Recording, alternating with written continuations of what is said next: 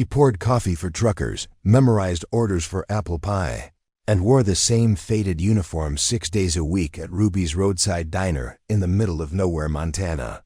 For 3 years, nobody in Millbrook Junction knew that Cassandra Vale had once been the most wanted woman in America, until 2 Black Hawk helicopters descended from storm clouds and landed in the gravel parking lot behind her restaurant, and a man in tactical gear stepped out, looked directly at her through the window, and said into his radio, "Target confirmed.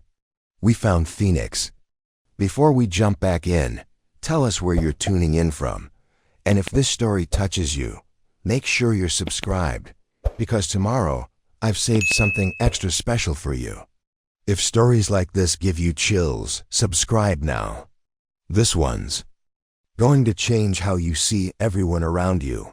Most people driving through Millbrook Junction don't even slow down.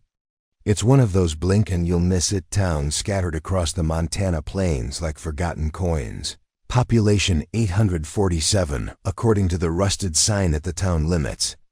Though that number hasn't been updated since 1987, and half the original residents have either died or moved on to places with better cell phone coverage and more than one traffic light.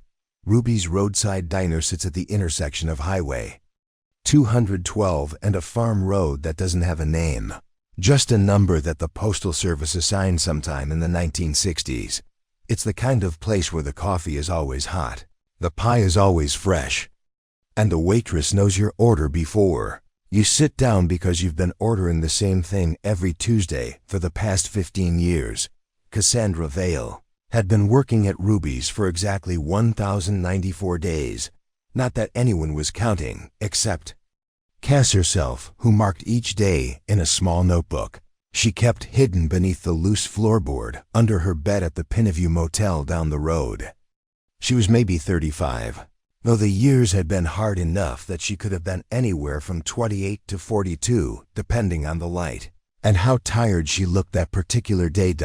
She had auburn hair that she kept pulled back in a practical ponytail, green eyes that seemed to notice everything while revealing nothing, and hands that moved with the efficiency of someone who'd learned to make every motion count.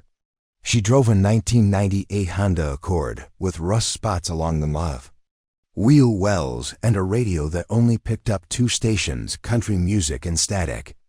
She lived alone, paid her bills in cash, and had never once called in sick to work. The regulars at Ruby's called her Cass when they bothered calling her anything at all. To them, she was just part of the landscape, as permanent and unremarkable as the faded Coca-Cola sign hanging crooked above the door, or the bell that chimed whenever someone walked in. She was the woman who brought your coffee without being asked, who remembered that old Pete Henley liked his eggs over easy but not runny, and who always had exact change when you paid with a 20. But there were things about Cassandra Vale that didn't quite add up, if anyone in Millbrook Junction had been paying close enough attention to notice. Little things. Details that seemed insignificant unless you knew what to look for, like how she could estimate distances and travel times with mathematical precision that seemed unusual for someone whose highest education was supposedly a GED from some high school in Nebraska. How she always parked her car facing the exit in the diner's small parking lot, never backing into a space but always positioning herself for a quick departure. How her eyes tracked every vehicle that turned off the highway, cataloging make, model, color, and number of occupants with the kind of automatic awareness that most people reserved for checking their phones. There was the way she handled difficult customers, drunk truckers who got handsy, traveling salesmen who thought small-town waitresses were easy targets, angry locals who took out their frustrations on whoever happened to be holding the coffee pot. Cass never escalated, never called for help, but somehow these situations always de-escalated quickly, and the troublemakers always left quietly, often with confused expressions like they couldn't quite remember why they'd been upset in the first place. She moved differently than the other women in town, with a kind of controlled grace that spoke of training most people couldn't identify. When she carried multiple plates on her arms, her balance was perfect. When she navigated the narrow space behind the counter during the breakfast rush, she never bumped into anything, never had to check over her shoulder, like she had some kind of built-in spatial awareness that let her know exactly where everything and everyone was at all times. And then there were the phone calls. Not many, maybe one every few weeks, but always the same pattern. Her face would go blank when she looked at the caller ID. She'd step outside into the alley behind the diner, and she'd have conversations that lasted exactly 3 minutes and 45 seconds. The cook, Danny Reeves, had timed them out of curiosity, though he'd never been able to make out what she was saying through the kitchen window. When she came back inside after these calls, Cass would be different for the rest of the day. More alert, somehow. Her eyes would sweep the dining room more frequently, and she'd find excuses to check the front and back entrances. These episodes usually lasted about a week before she settled back into her normal routine of quiet, efficiency, and invisible competence. People of Millbrook Junction saw none of this, of course. When you're invisible for long enough, people stop really looking at you. They see the uniform, the name tag, the function you perform, but they don't see the person underneath. And Cassandra Vale had spent 3 years perfecting the art of being invisible, of blending into the background of small-town life so completely that she might as well have been part of the furniture she'd chosen. Millbrook Junction for exactly this reason. It was the kind of place where strangers were noticed but not investigated, where keeping to yourself was considered normal rather than suspicious, where asking too many personal questions was considered rude rather than friendly. It was a place where someone could disappear in plain sight, where a woman with a past could serve coffee and pie and watch the seasons change through windows that looked out on endless sky and rolling grassland that stretched to the horizon.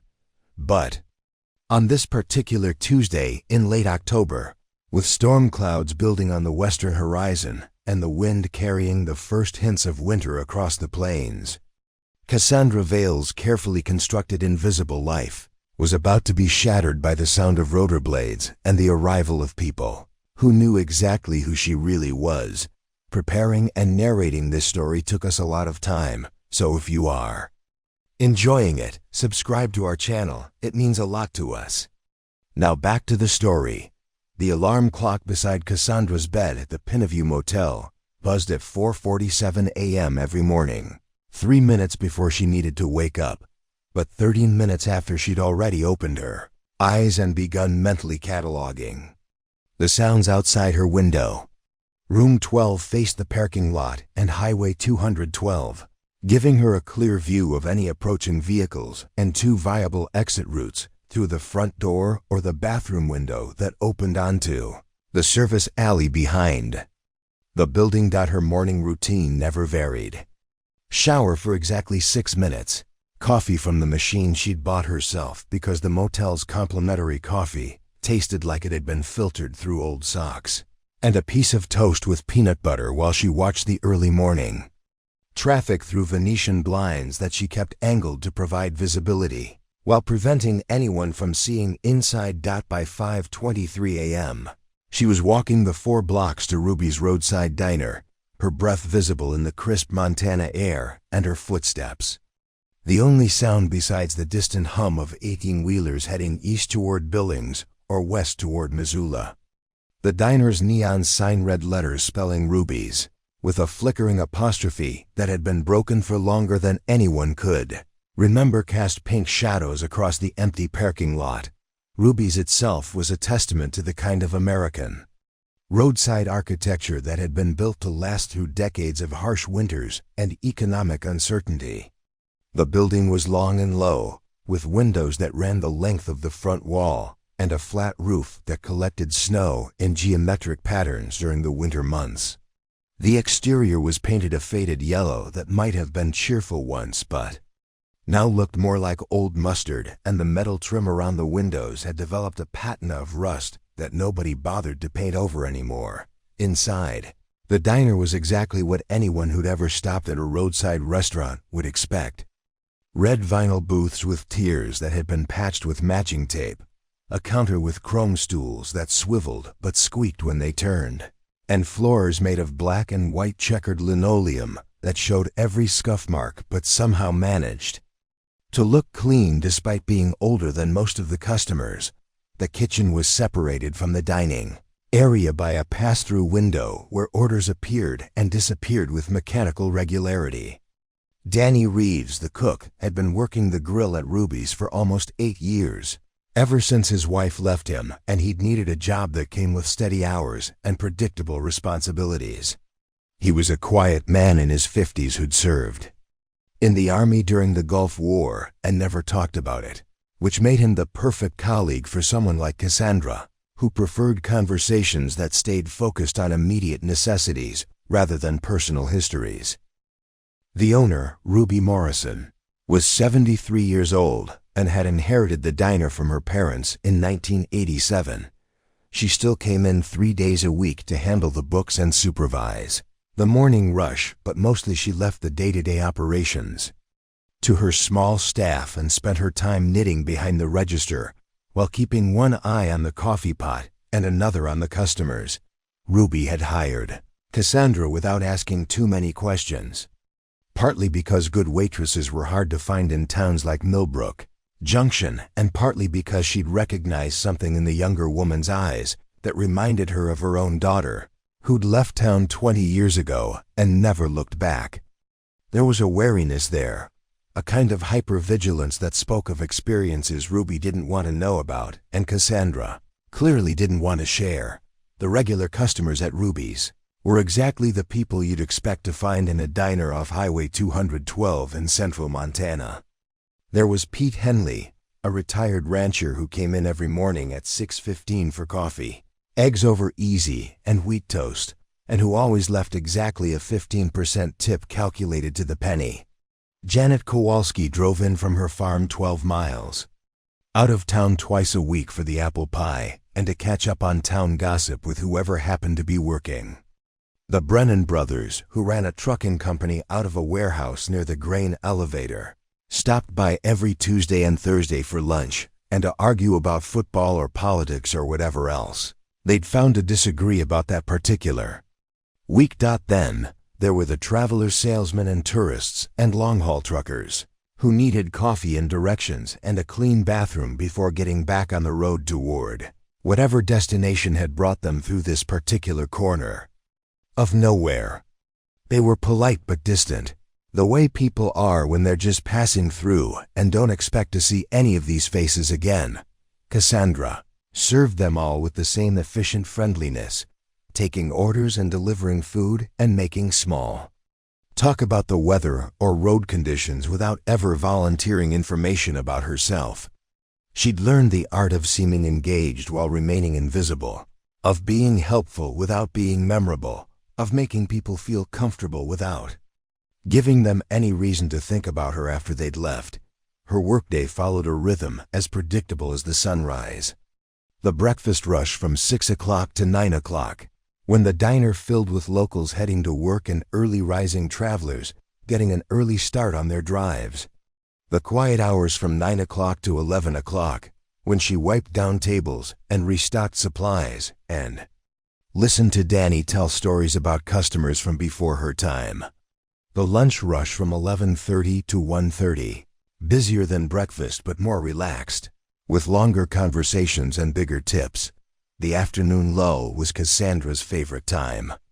The diner would empty except for maybe 1 or 2 customers nursing coffee and reading newspapers, and she could clean the coffee machine and restock the pie case and watch the traffic on Highway 212 while her mind wandered to places she tried not to think about during the busier hours.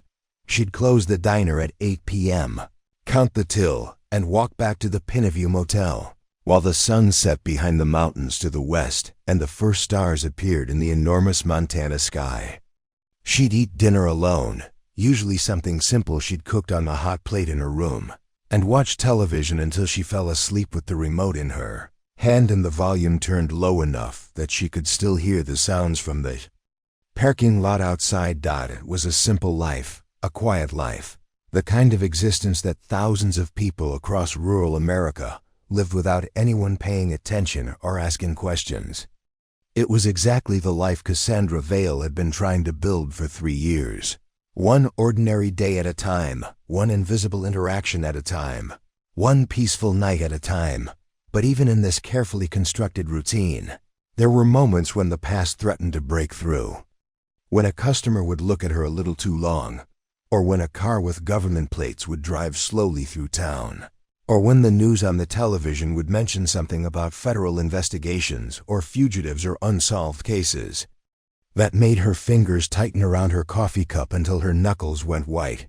On those days, Cassandra would remind herself why she'd chosen this life, why anonymity was worth more than recognition, why safety was worth more than justice. She'd count the days since her last close call, and the money in her emergency fund, and the number of different routes out of Millbrook Junction she'd memorized during long walks on her days off, because Cassandra Vale knew something that the people of Millbrook Junction didn't know, something that the customers at Ruby's Roadside Diner couldn't imagine as they sat in their vinyl booths and ate their apple pie and complained about gas prices or the weather, or their ungrateful children. She knew that ordinary was a choice, not an accident.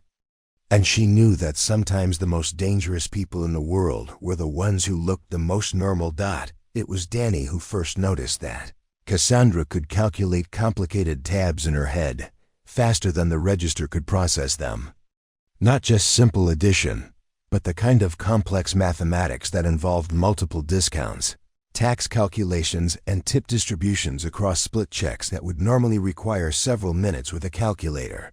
"How'd you do that?" he asked one busy Friday morning after watching her figure out a 7-way split for a table of truckers, who'd each ordered different meals and wanted to pay separately, some with cash and others with cards, including one guy who insisted on paying for another's coffee but not his pie. Cassandra paused for just a fraction of a second, her hand holding the coffee pot steady above a customer's cup. "Do what?" "That math thing. You figured out that whole mess without writing anything down." She finished pouring the coffee, her movements smooth and unhurried. "Just good with numbers, I guess. My dad was an accountant." It was the first time Danny had heard her mention family, and he found himself wanting to ask follow-up questions. But something in her posture, the way her shoulders had tensed almost imperceptibly, told him the conversation was over. Danny had learned to read people during his years in the Army, and Cassandra Vale had the body language of someone who'd said more than she intended. The math thing became more noticeable once Danny started paying attention. She could estimate how many pounds of ground beef they'd need for the week based on weather forecasts and local events. She knew exactly how much coffee to brew to avoid waste while never running out during rush periods. When the cash register malfunctioned during a busy lunch shift, she continued taking orders and making change without missing a beat, keeping track of every transaction in her head until the repair technician arrived 3 hours later. Then there were the languages. Millbrook Junction didn't get many international visitors, but Highway 212 was a major trucking route that occasionally brought drivers from Canada or Mexico through town.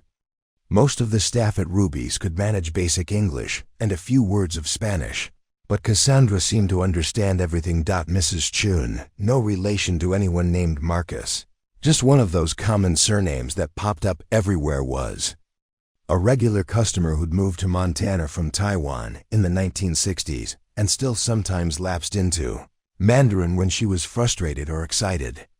One afternoon, she was trying to explain to Ruby that she wanted her usual order but with the eggs scrambled instead of fried.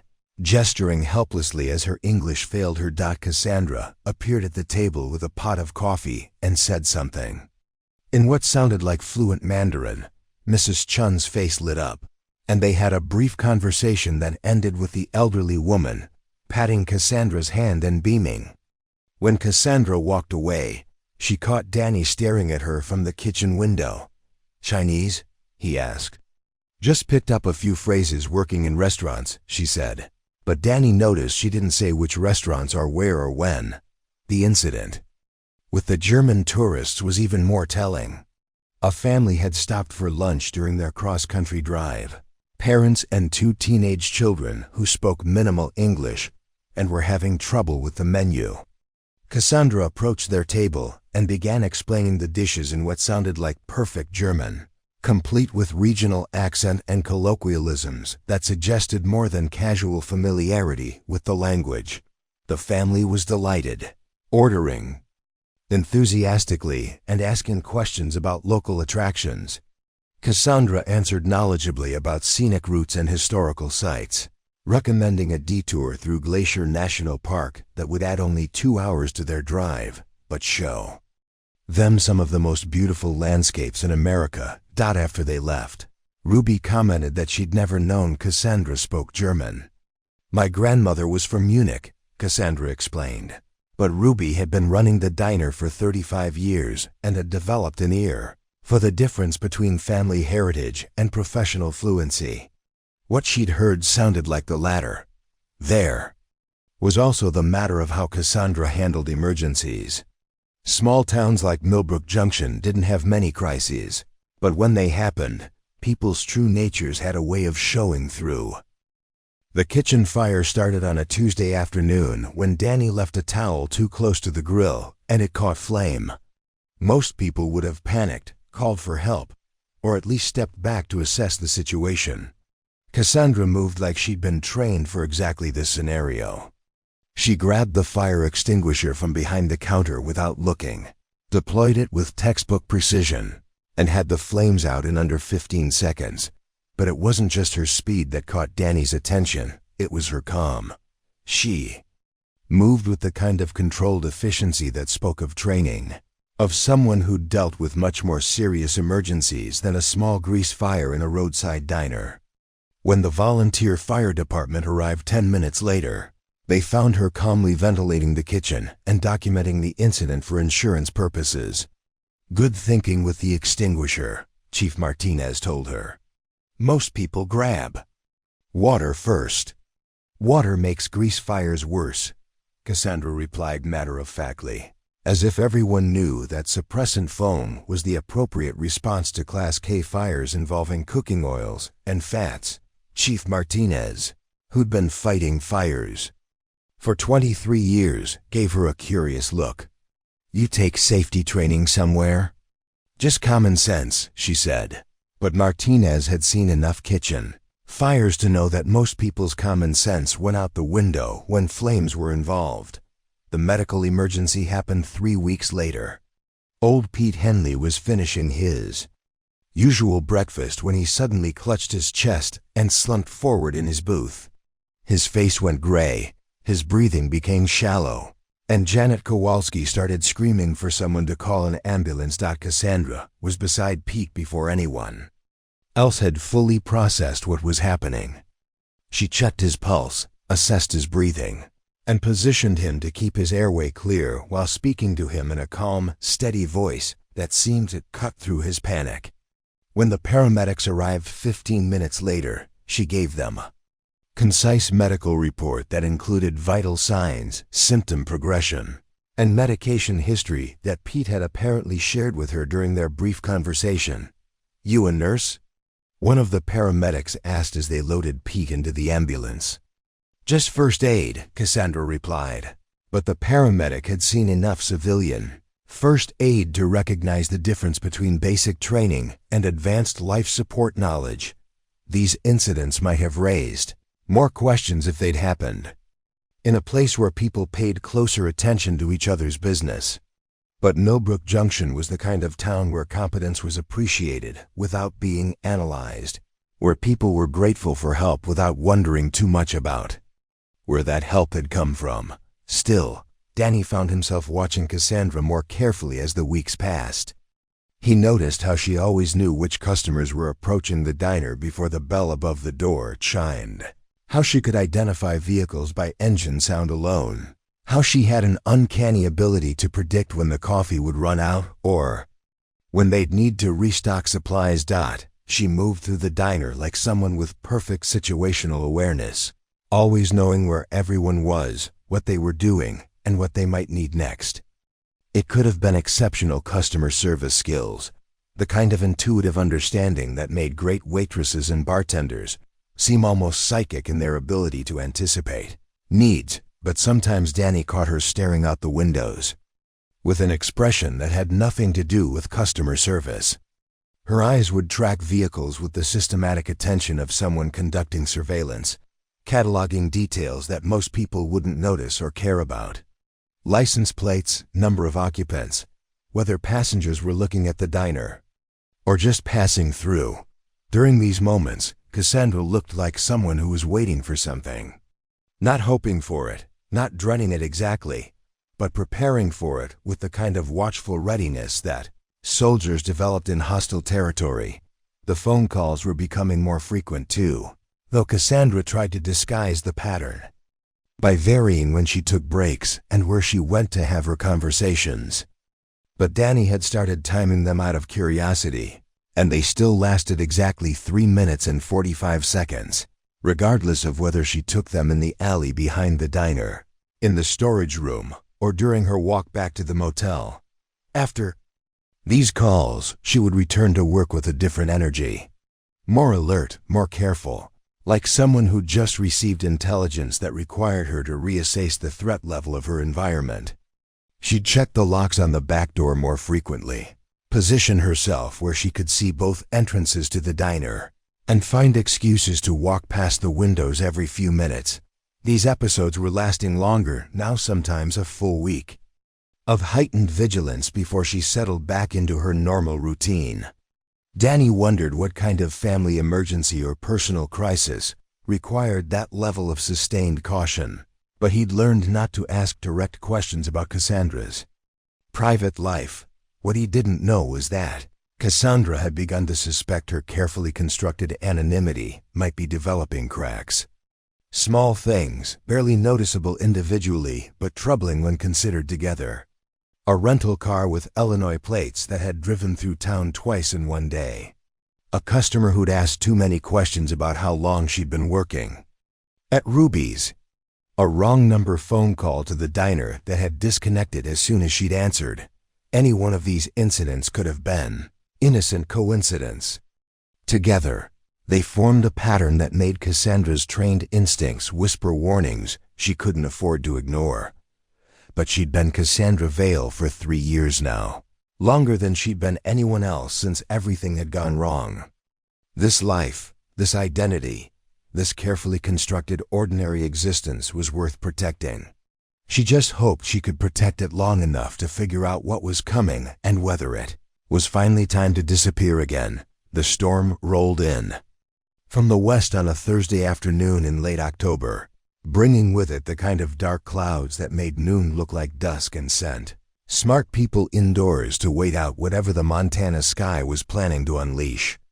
By 2:30 p.m., the wind was rattling the windows at Ruby's Roadside Diner, and the first fat raindrops were splattering against the glass like warning shots. Cassandra was refilling the sugar dispensers when she heard the helicopters. Most people in Millbrook Junction wouldn't have recognized the sound.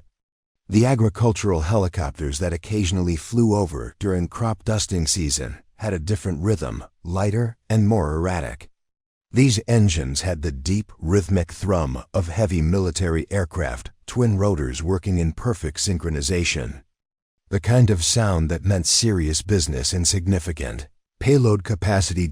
She froze with the sugar dispenser half full in her hands, listening to the approaching rotors with the kind of focused attention that made everything else in the diner fade into background noise. The sound was coming from the southwest, flying low and fast, and getting louder with each passing second. Danny noticed her stillness first. "Cass, you okay?" She didn't answer immediately, her head tilted slightly as she tracked the aircraft. By sound alone. 2 helicopters, she determined, probably UH-60 Black Hawks, based on the engine signature and rotor configuration. Flying in formation, which meant military rather than civilian. Approaching from the direction of Great Falls, which housed Malmstrom Air Force Base about 200 miles to the southeast. "Storm's making me nervous," she said finally. setting down the sugar dispenser with hands that were steadier than they had any right to be. Those clouds looked nasty. But she wasn't looking at the clouds. She was looking southwest, toward the sound of the helicopters that were now close enough that other people in the diner were starting to notice. "What the hell is that noise?"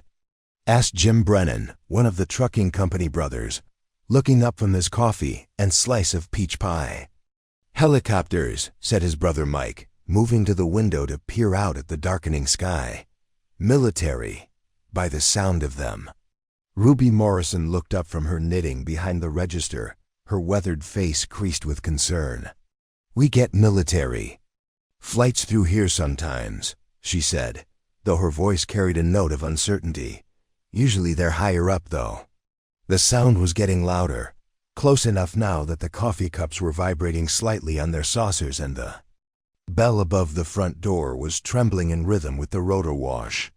Through the windows, they could see the first helicopter emerge from the storm clouds, like some mechanical predator, black against the gray sky, flying so low that its downdraft was already stirring up dust and debris in the parking lot.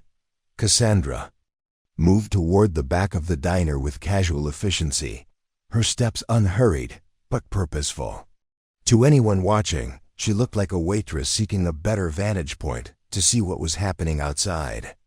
In reality, she was positioning herself with clear lines of sight to both exits, while putting the maximum distance between herself and the front windows. The second helicopter appeared 30 seconds behind the first, following the same flight path and altitude. Both aircraft circled the diner once, slowly, their movements deliberate and controlled. This wasn't a navigational flyover or a routine training exercise. This was reconnaissance. "Jesus Christ," muttered Pete Henley, who'd recovered from his heart episode 3 weeks earlier and was back to his regular breakfast schedule. "They're landing." The first Black Hawk touched down in the gravel parking lot behind the diner, its rotors still spinning as a team of figures in dark tactical gear emerged from the passenger compartment. The second helicopter landed 50 yards away, near the intersection of Highway 212 and the unnamed farm road, effectively blocking both possible routes away from the diner. Through the kitchen's back window, Danny could see armed personnel establishing a perimeter around the building. "Cass," he called out, his voice tight with concern. "What the hell is going on here?" But Cassandra was no longer behind the counter. She'd moved to the storage room, where a small window provided a view of the front parking lot and Highway 212. More tactical personnel were emerging from the second helicopter, moving with the kind of coordinated precision that spoke of extensive training and careful planning. They weren't Montana National Guard conducting an emergency drill. Their equipment was too specialized, their movements too professional, their coordination too seamless. These were federal operators, probably FBI hostage rescue team or military special operations. And they'd come to Millbrook Junction with a specific purpose. The team leader emerged from the first helicopter last, a tall figure in full tactical gear whose bearing suggested command authority.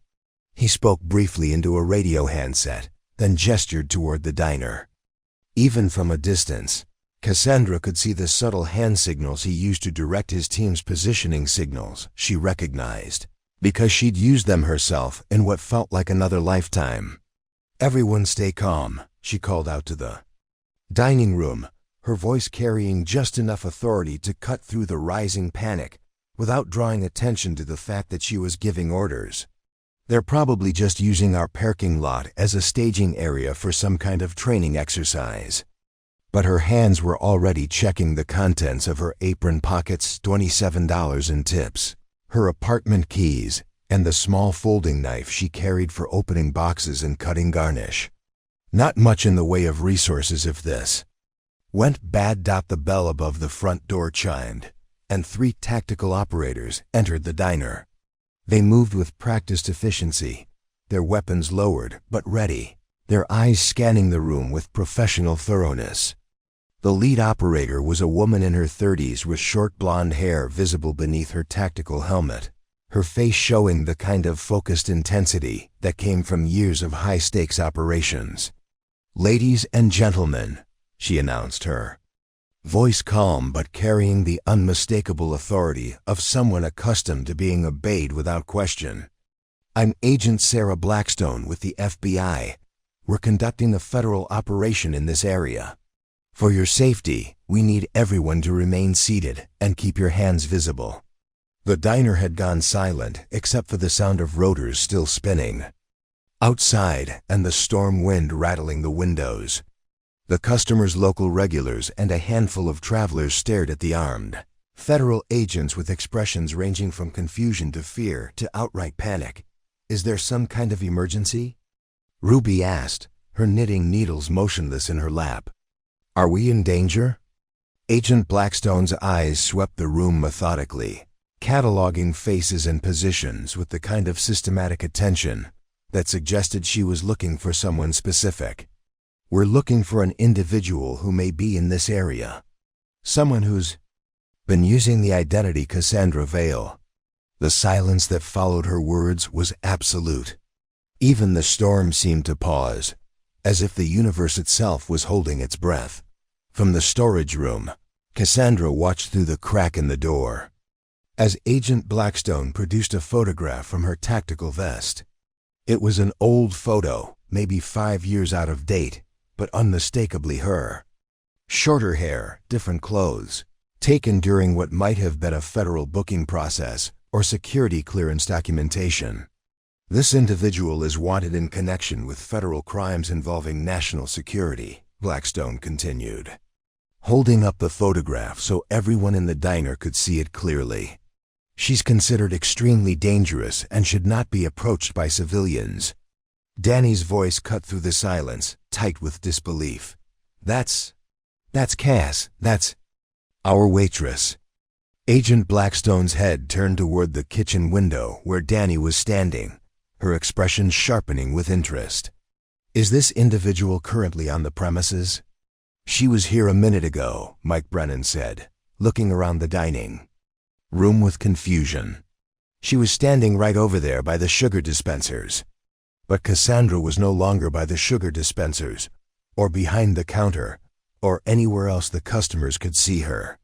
She'd moved to the storage room the moment she'd heard the helicopters, and now she was crouched beside the back door, listening to the tactical teams position themselves around the building, while her mind raced through the limited options available to her. 20-7 operators, based on what she'd seen emerging from the helicopters.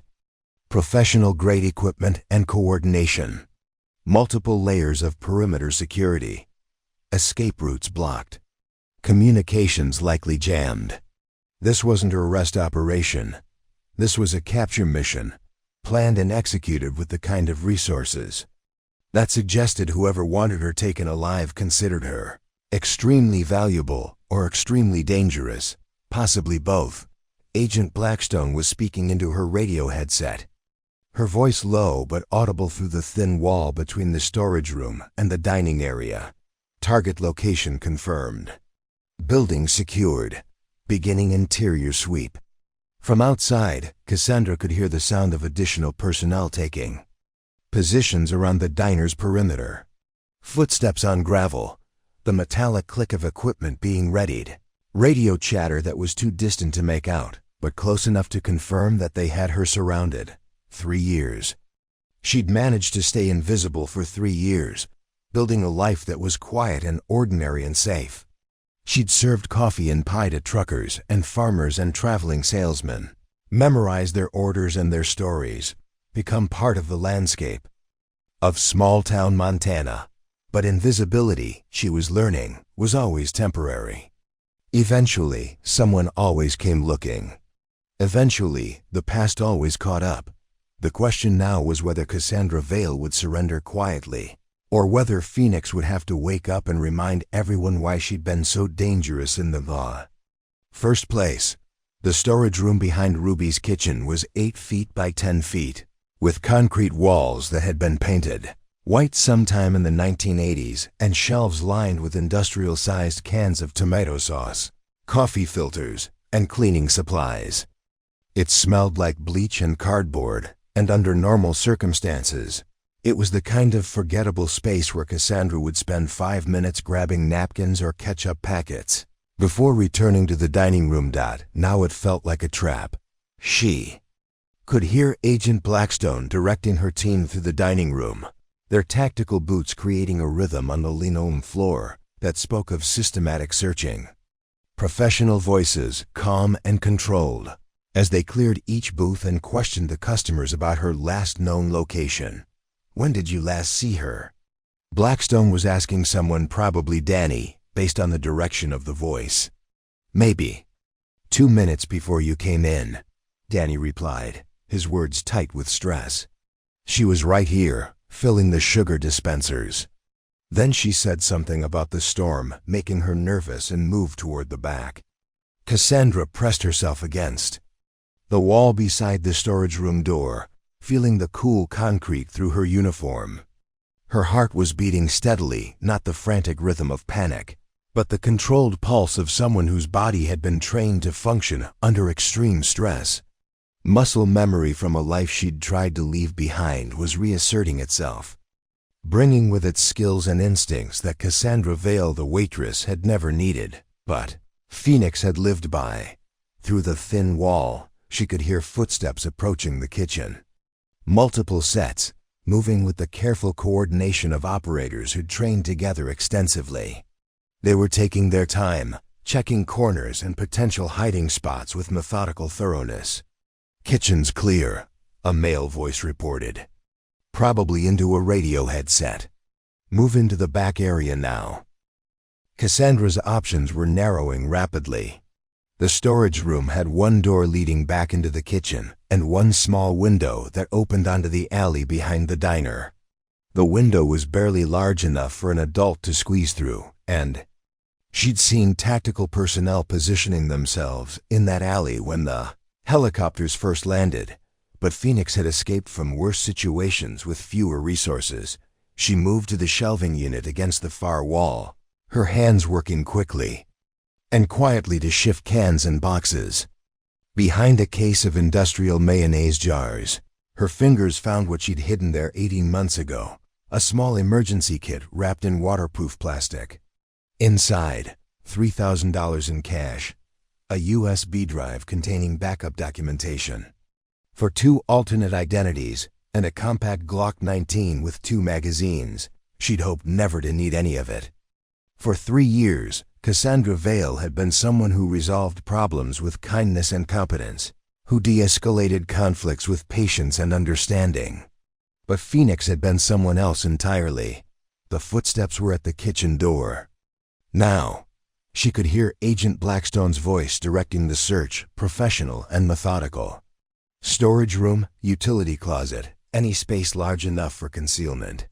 She's trained, so assume she knows how to hide. Trained.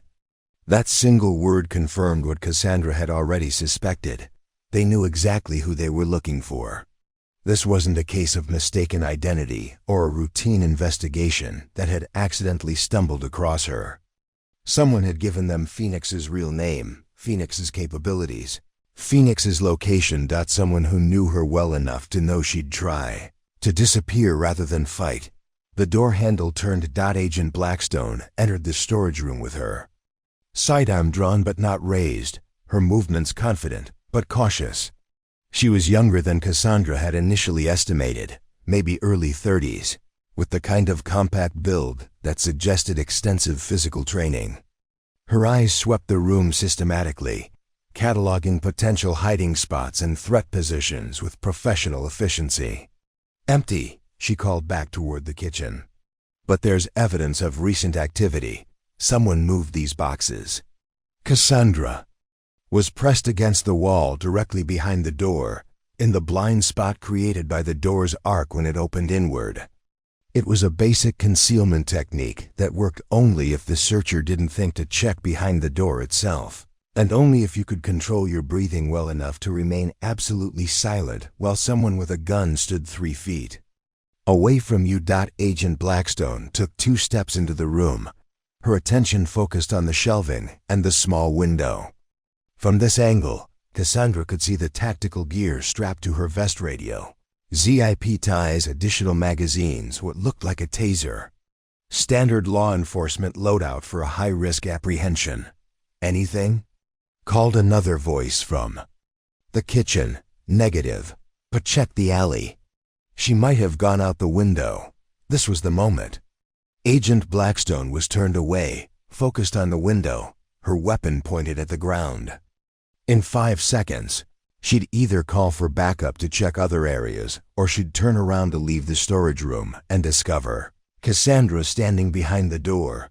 Phoenix would have taken her down silently, used her own zip ties to secure her, and taken her equipment. Phoenix would have created a hostage situation or used the captured agent as leverage for safe passage. Phoenix would have treated this as a combat situation requiring decisive action.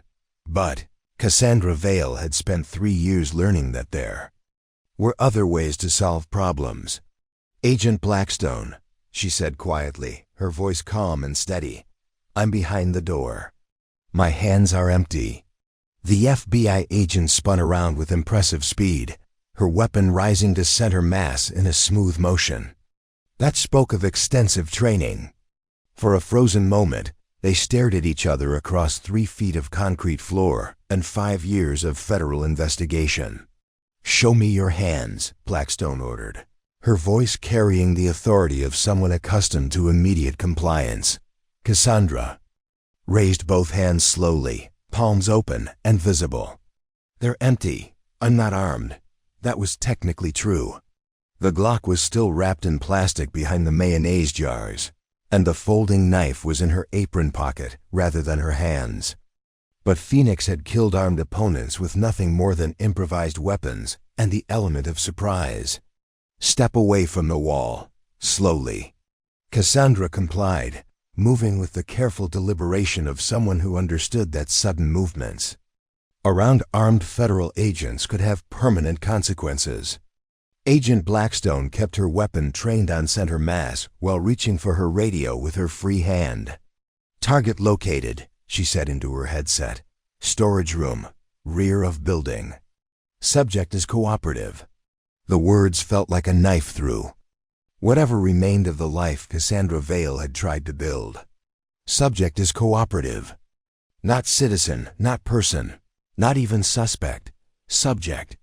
The kind of clinical terminology used for high-value targets and enemy combatants. Are you Cassandra Vale? Agent Blackstone asked, though her tone suggested she already knew the answer. I've been Cassandra Vale for 3 years, she replied carefully. Before that, I was someone else. Before that, you were Diana Chun. Before that, you were Maria Santos. Before that, you were Phoenix. The names hit like physical blows, each one representing a life carefully constructed and eventually abandoned when the heat got too close. Diana Chun had lasted 8 months in Portland before a facial recognition system at a federal building had flagged her during what should have been a routine visit to renew her driver's license.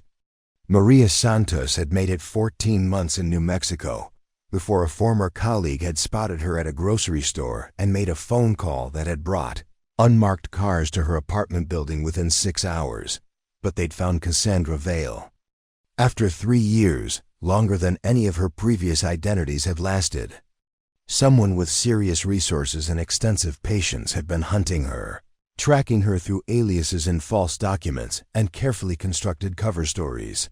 Phoenix, Agent Blackstone said, and for the first time, her professional composure showed a crack of something that might have been respect or fear.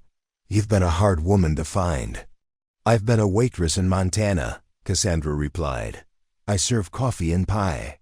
I pay my taxes. I haven't broken any laws in 3 years.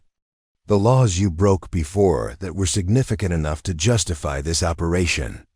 More footsteps in the kitchen now, multiple tactical operators taking positions. They weren't taking any chances, even with her apparently cooperative surrender. Phoenix's reputation, it seemed, still carried weight in federal law enforcement circles. What happens now? Cassandra asked. Agent Blackstone was studying her with the kind of focused attention that suggested she was comparing the woman in front of her with whatever briefing materials she'd studied before this operation. Looking for signs of deception, perhaps, or trying to reconcile the legendary Phoenix with the small-town waitress who'd been serving coffee to truckers and farmers for 3 years. Now, she said finally, you come with us. There are people who want to talk to you. About what? About what you did. About what you know. About what you stole. The last word hung in the air between them like an accusation. What you stole.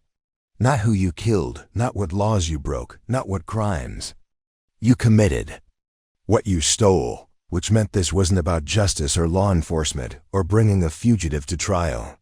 This was about recovery of assets. Information, documents, data, or technology that someone considered valuable enough to fund a 3-year manhunt and deploy federal tactical teams to a roadside diner in rural Montana. I don't have anything, Cassandra said. Whatever you think I took, it's gone. I destroyed everything when I left. Agent Blackstone's expression suggested she didn't believe that for a second. We'll see.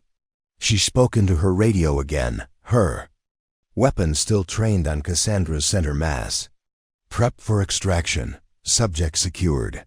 Through the storage room's small window, Cassandra could see the storm clouds building overhead, dark and heavy with the promise of violent weather. Rain was starting to fall harder now, drumming against the glass with increasing intensity. In a few minutes, she'd be loaded into one of those Black Hawks and flown away from Millbrook Junction, away from Ruby's roadside diner, away from the quiet life she'd spent 3 years building one ordinary day at a time. Danny would wonder what had happened to her. Ruby would need to find a new waitress. The regular customers would eventually stop asking about Cass, and her story would become another piece of small-town folklore, the mystery woman who'd worked at the diner until the day the helicopters came. But before she let them take her away from the life of Cassandra Vale, Phoenix wanted to know one thing. Who gave you my location? She asked. Agent Blackstone's expression didn't change, but something flickered behind her eyes. Something that looked almost like sympathy. Someone who knows you very well, she said. Someone who says you have something that belongs to them. The handcuffs were FBI-issued titanium alloy, lighter than steel but stronger than anything a normal person could break.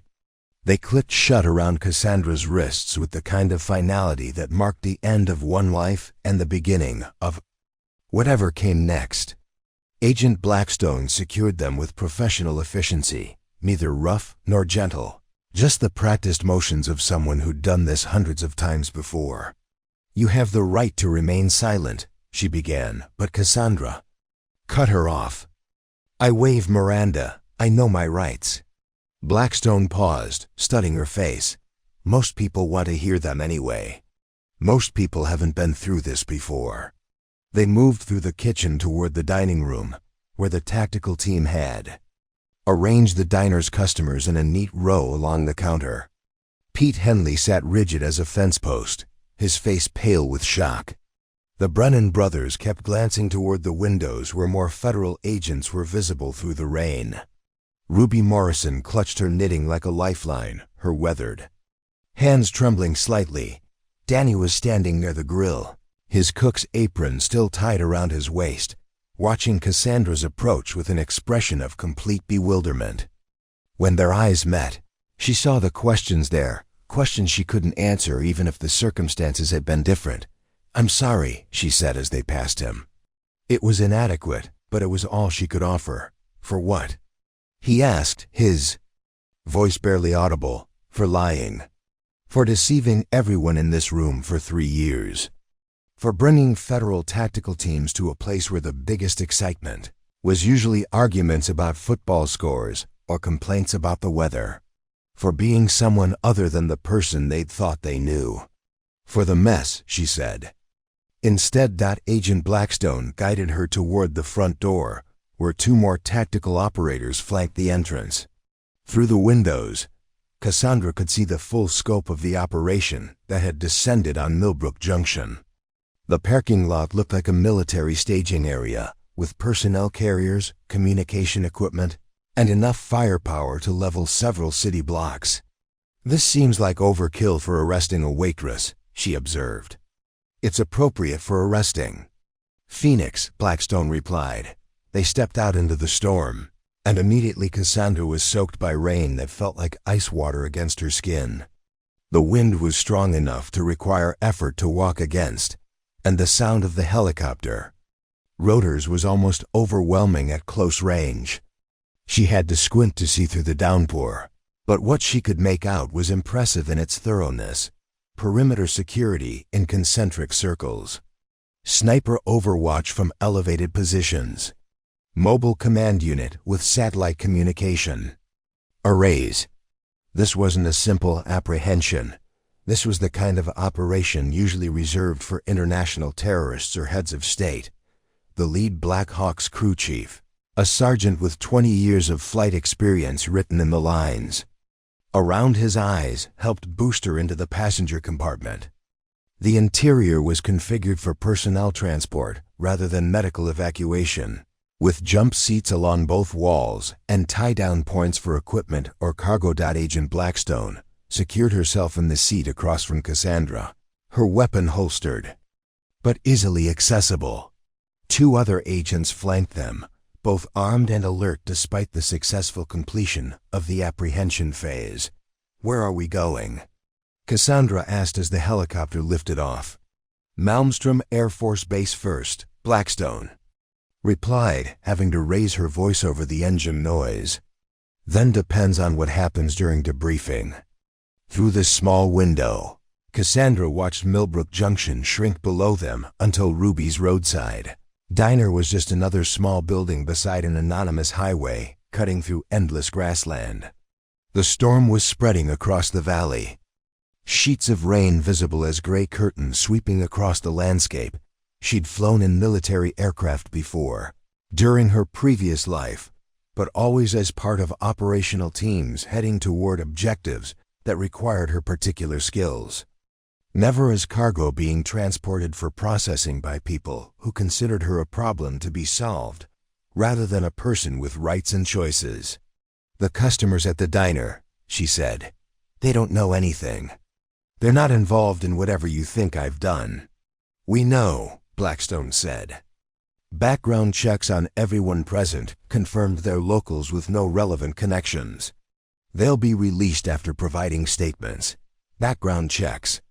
That meant someone had been planning this operation long enough to research every person likely to be at Ruby's during normal business hours. They'd known her schedule, her workplace, her habits. Someone had been watching her for weeks, possibly months, gathering intelligence for exactly this moment. "How long have you been tracking me?" Blackstone considered the question for several seconds before answering. "Depends how you count. Active surveillance of your current identity began 4 months ago. But someone's been looking for Phoenix for much longer than that.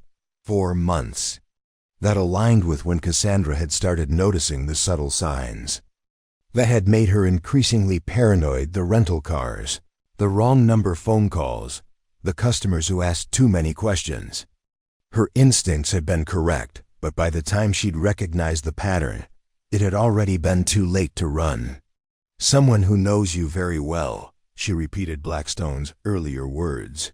"You're going to tell me who? That's not my call. Above my pay grade." The helicopter banked slightly, adjusting course toward the southeast and Malmstrom Air Force Base.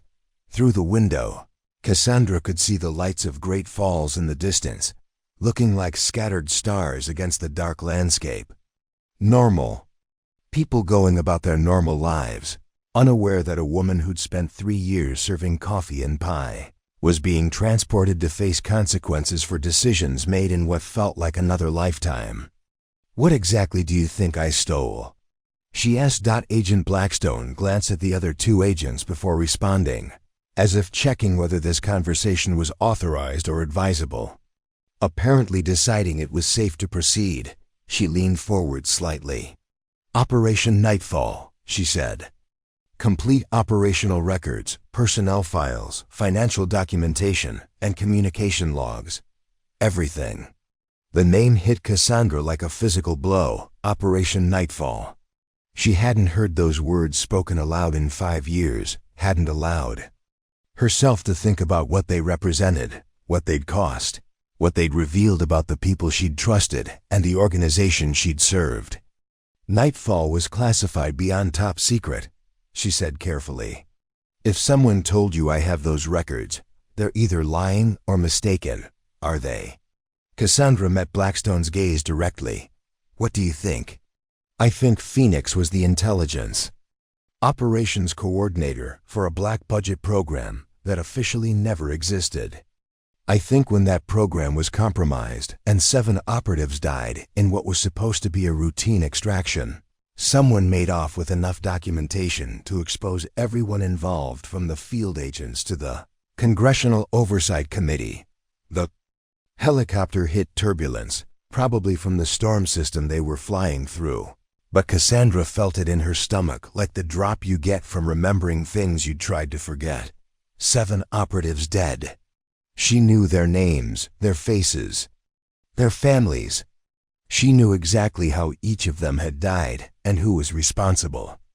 "And I think," Blackstone continued, "that someone's been very patient about getting those records back. Patient enough to let you think you disappeared, let you build a new life, let you get comfortable, until they were ready to make their move. Their move? You're not being arrested, Phoenix. You're being recruited." The words hung in the air between them like an accusation. Recruited. Not prosecuted, not imprisoned, not eliminated. Recruited.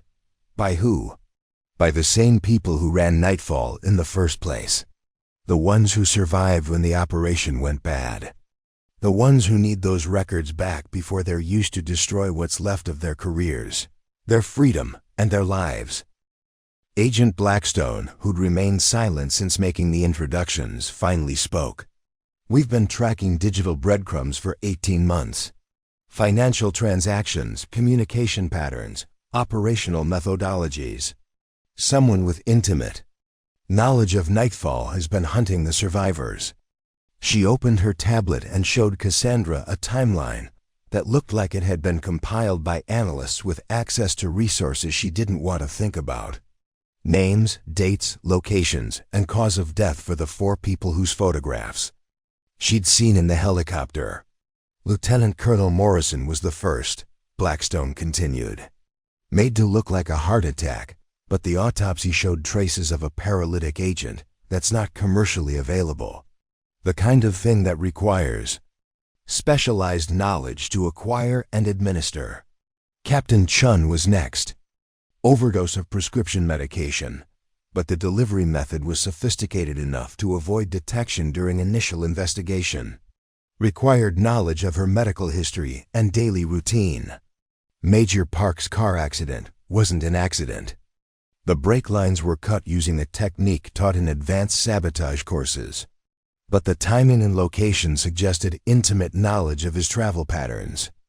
And Sarah Fleming was killed by someone who knew exactly when she'd be alone in her apartment, and exactly how to disable her security system without triggering any alarms. Cassandra studied the timeline, looking for patterns and connections. That might reveal something useful. The kills were spread across 18 months in 4 different states, but they shared certain characteristics that suggested a single operator with extensive training and resources. "Professional work," she observed. "Very professional," Colonel Reeves agreed. "The kind of professional that suggests someone with access to classified training and operational support. Someone from inside," Walsh added. "Someone who was part of Nightfall or had oversight responsibility for the program." That narrowed the suspect pool considerably. Nightfall had been compartmentalized for security reasons, with operational details limited to essential personnel only. The number of people with sufficient access to plan these killings could probably be counted on 2 hands. How many people knew enough about Nightfall to do this? Cassandra asked. Operational level? Maybe 15, including the 7 who died during the mission itself. Command and oversight level? Another dozen. Congressional Oversight Committee?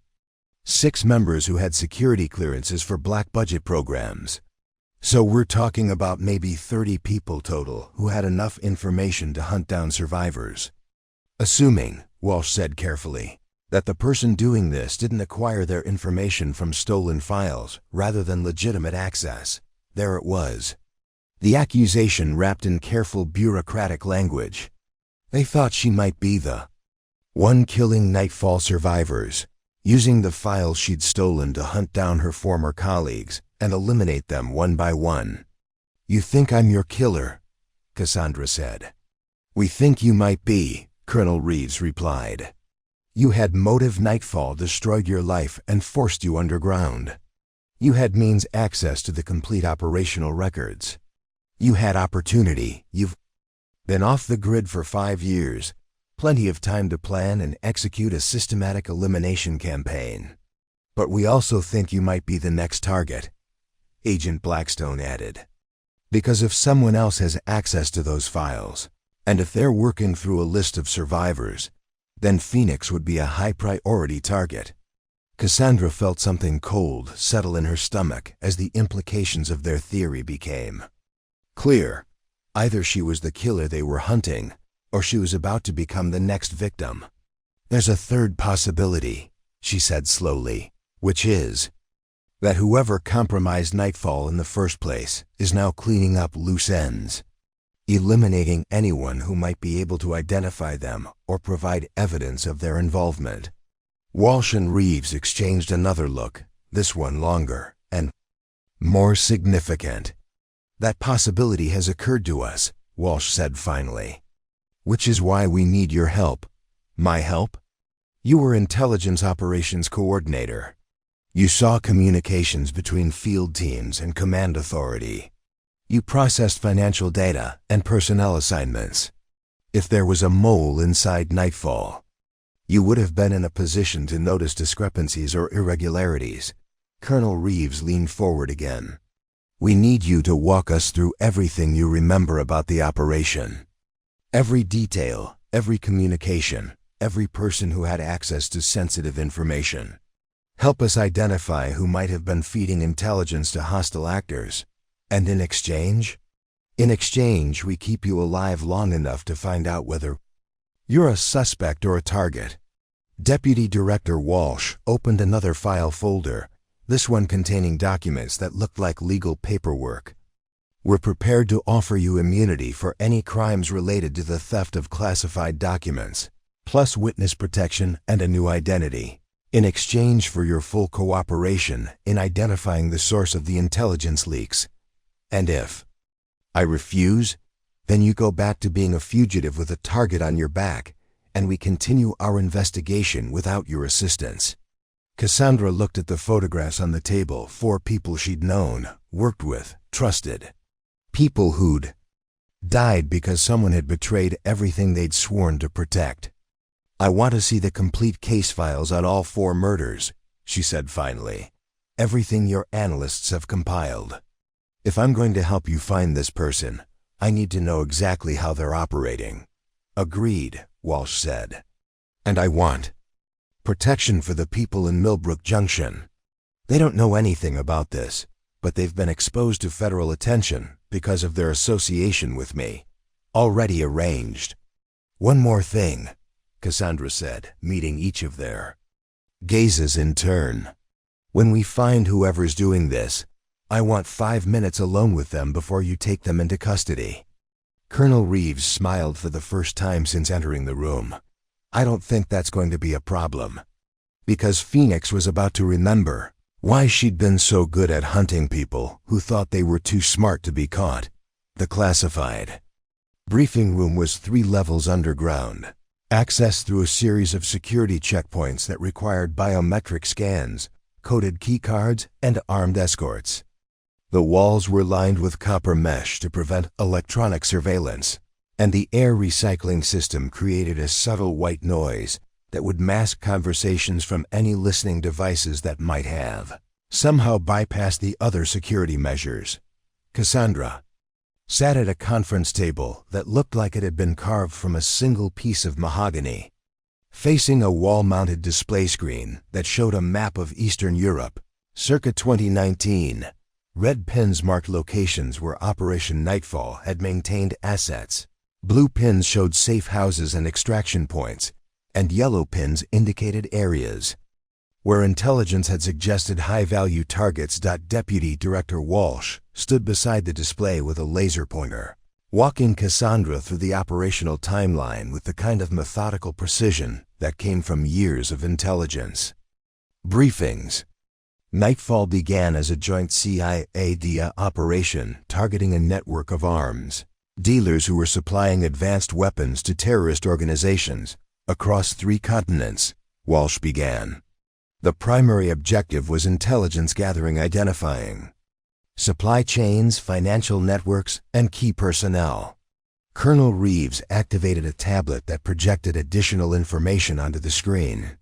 Your team was inserted into Moldova in January 2019, with cover identities as telecommunications contractors. The plan was 6 months of deep cover intelligence gathering, followed by extraction and analysis. Cassandra studied the map, remembering details that she'd tried to bury for 5 years. The safe house in Chisinau, where they'd established their base of operations.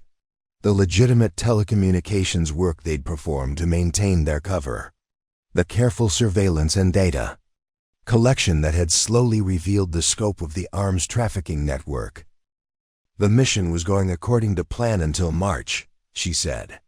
That's when we started getting intelligence about a major arms shipment that was supposed to go through Transnistria. Intelligence that came from a source inside the trafficking network, Agent Blackstone added, consulting her own files. Someone who claimed to have access to shipping schedules and security arrangements. The source was codenamed Falcon, Cassandra continued. We never met them directly. All communication went through a handler in Bucharest who claimed to be managing multiple assets in the region. Walsh moved the laser pointer to a blue pin near the Romanian border. That handler was CIA case officer David Sterling. 20-year veteran, exemplary record, security clearance for the highest levels of classified operations. Sterling's dead, Colonel Reeves said quietly. Killed during the firefight that ended Nightfall. But before he died, he passed along intelligence from Falcon about a shipment of surface-to-air missiles that were supposedly being moved through a warehouse complex near Tiraspol. Cassandra felt the familiar tightness in her chest that came from remembering things she'd tried to forget. The warehouse where everything went wrong. Walk us through what happened, Walsh said, moving to sit across from her at the conference table. Everything you remember about that night. We got the intelligence from Sterling 48 hours before the operation. Falcon claimed that 24 SA-18 missiles were being stored temporarily in a warehouse complex before being shipped to Syria. High-value intelligence, worth the risk of compromising our long-term surveillance mission. Who made the decision to act on that intelligence? Agent Blackstone asked. Command authority. We received encrypted orders to conduct reconnaissance, and if possible, acquire physical evidence of the missile shipment. Photos, serial numbers, anything that could be used to track the weapons or identify the buyers. Cassandra closed her eyes, letting herself remember details that she'd spent 5 years trying to suppress.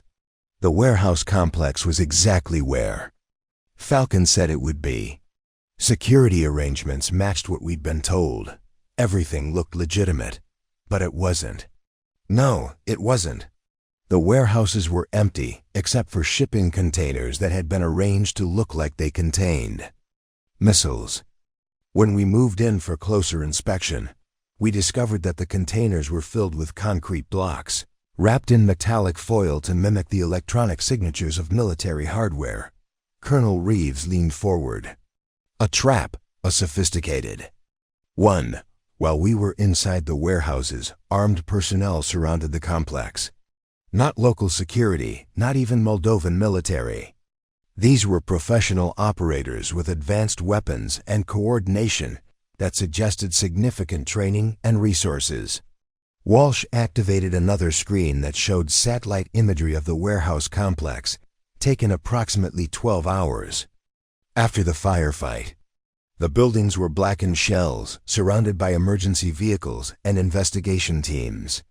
The firefight lasted 6 hours, Cassandra continued. We had defensive positions inside the main warehouse, but we were outnumbered. Approximately 4-1. Sterling was hit during the first hour. Along with Morrison and Chun, Park and I managed to reach a secondary position.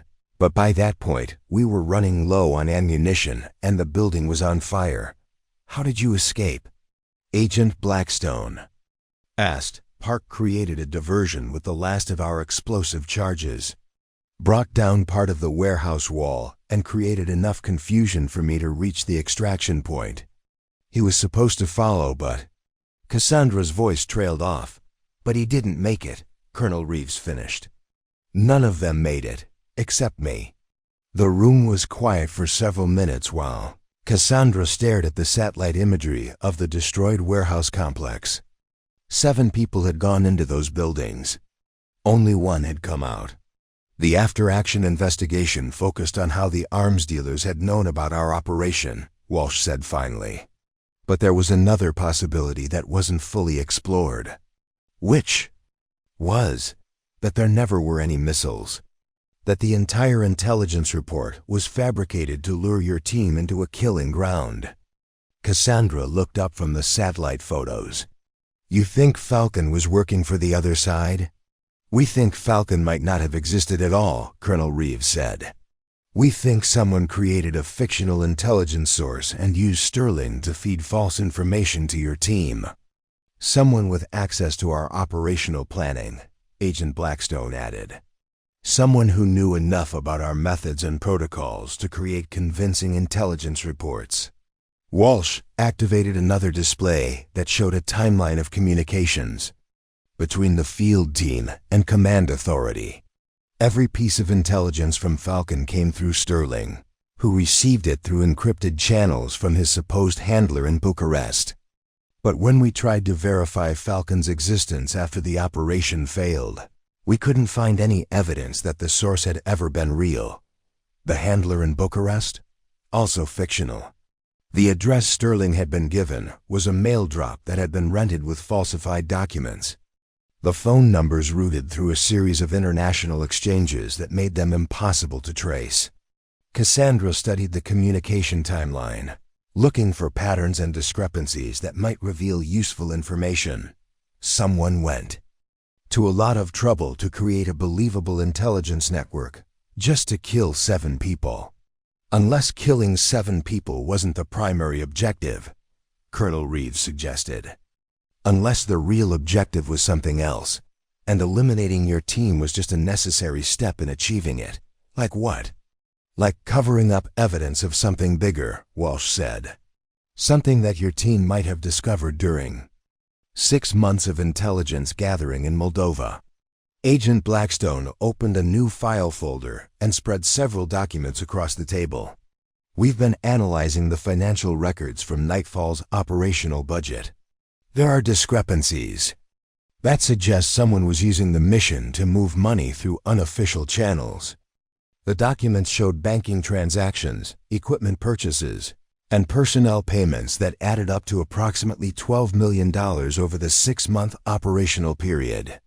But there were also transactions that didn't match any legitimate operational expenses payments to shell companies, transfers to offshore accounts, and equipment purchases that never appeared in any inventory reports. Someone was using Nightfall as cover for their own operations, Cassandra said, studying the financial data, skimming money from the operational budget and hiding it in parallel transactions. That's our theory, Walsh confirmed. And we think your team might have stumbled across evidence of those unauthorized transactions during your intelligence gathering work. which would have made us a liability that needed to be eliminated before you could report what you discovered to anyone who might investigate further. Cassandra felt pieces of a puzzle clicking into place, forming a picture that was both clearer and more disturbing than she'd expected. You think someone inside the intelligence community was using Nightfall to fund black market operations. And when my team got too close to discovering it, they arranged for us to be eliminated. We think that's a possibility worth investigating, Colonel Reeves said. Especially since the person responsible might still be active, still using their position to conduct unauthorized operations, and still eliminating people who might expose them. The 4 murders, Agent Blackstone said. Morrison was the mission commander. He would have had access to all financial records. Chun was communications specialist. She would have seen message traffic that might have revealed discrepancies. Park was demolitions expert, but he was also responsible for equipment inventory. He would have noticed if purchased materials weren't reaching the field team. And Fleming? Financial operations coordinator for several black budget programs, including the one that funded Nightfall. She would have been in a position to identify irregular transactions or unauthorized fund transfers. Walsh stood and moved back to the display screen, which now showed organizational charts for the various agencies and oversight committees that had been involved in Nightfall's planning and execution. We've narrowed our suspect list to 12. Individuals who had sufficient access to plan and execute both the original betrayal and the subsequent murders, she said. But we need your help to narrow it further. How? You were intelligence operations coordinator. You processed communications between field teams and command authority. You saw financial data and personnel assignments. If someone was running unauthorized operations through Nightfall, you might have noticed irregularities that didn't make sense at the time. Cassandra looked at the organizational charts, recognizing names and faces of people she'd worked with, reported to, and trusted with her life. One of them had betrayed that trust and gotten 7 people killed to cover their tracks. I'll need to see everything, she said finally. All the communications logs, financial records, personnel files, and operational planning documents. Everything from the day Nightfall was conceived to the day it ended. That could take weeks, Colonel Reeves warned. Then we'd better get started, Cassandra replied. Because if this person is still active, still killing people, then time isn't something we have a lot of.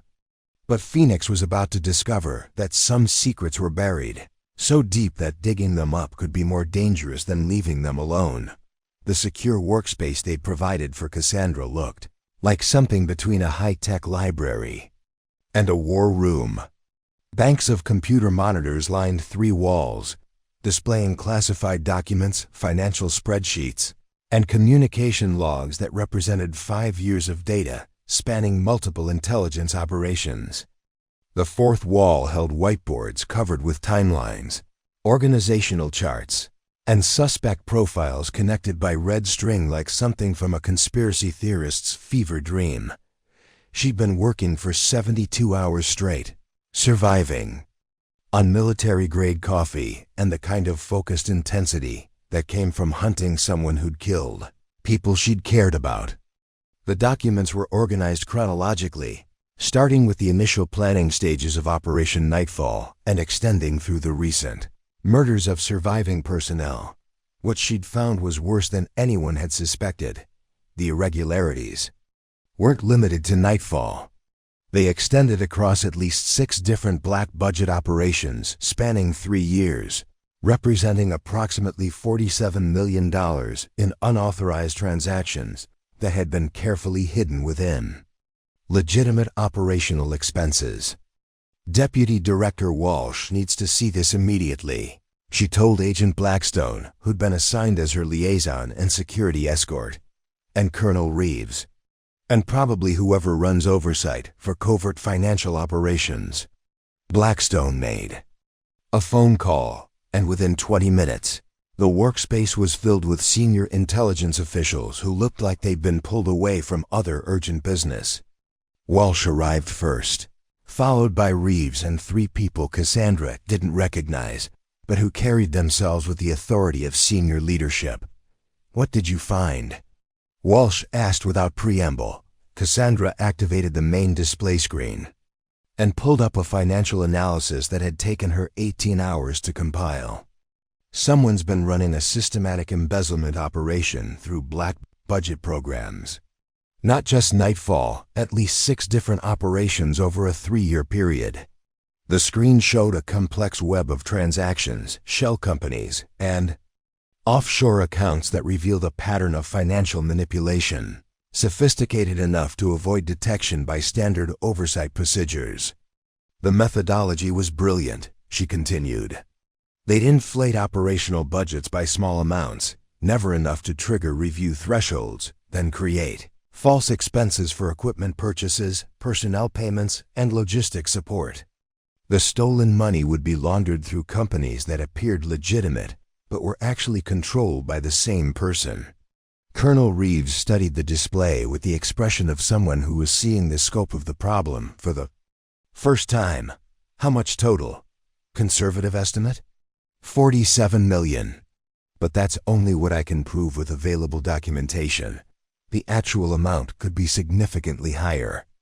One of the people Cassandra didn't recognize, a woman in her 60s with silver hair and the bearing of someone accustomed to making decisions that affected national policy, stepped forward to examine the financial data more closely. "General Patterson, Defense Intelligence Agency," she introduced herself. "This analysis suggests sophisticated knowledge of intelligence community financial procedures and oversight protocols." "More than sophisticated," Cassandra replied. "Whoever did this had to have access to budget planning documents, operational authorization codes, and financial oversight procedures for multiple agencies. That's not information you acquire casually." Agent Blackstone pulled up another screen showing the timeline of unauthorized transactions correlated with the dates of the 4 recent murders. The financial activity continued until approximately 6 months ago, then stopped abruptly, right around the time the first murder occurred. "They realized they were being investigated," Walsh observed. "Or they realized someone was getting close to exposing them," Cassandra corrected. "Look at this."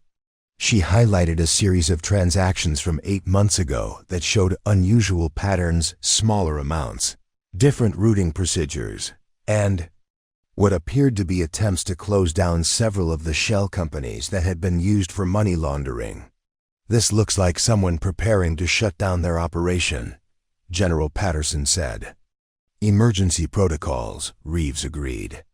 "The kind of thing you'd do if you knew law enforcement was closing in."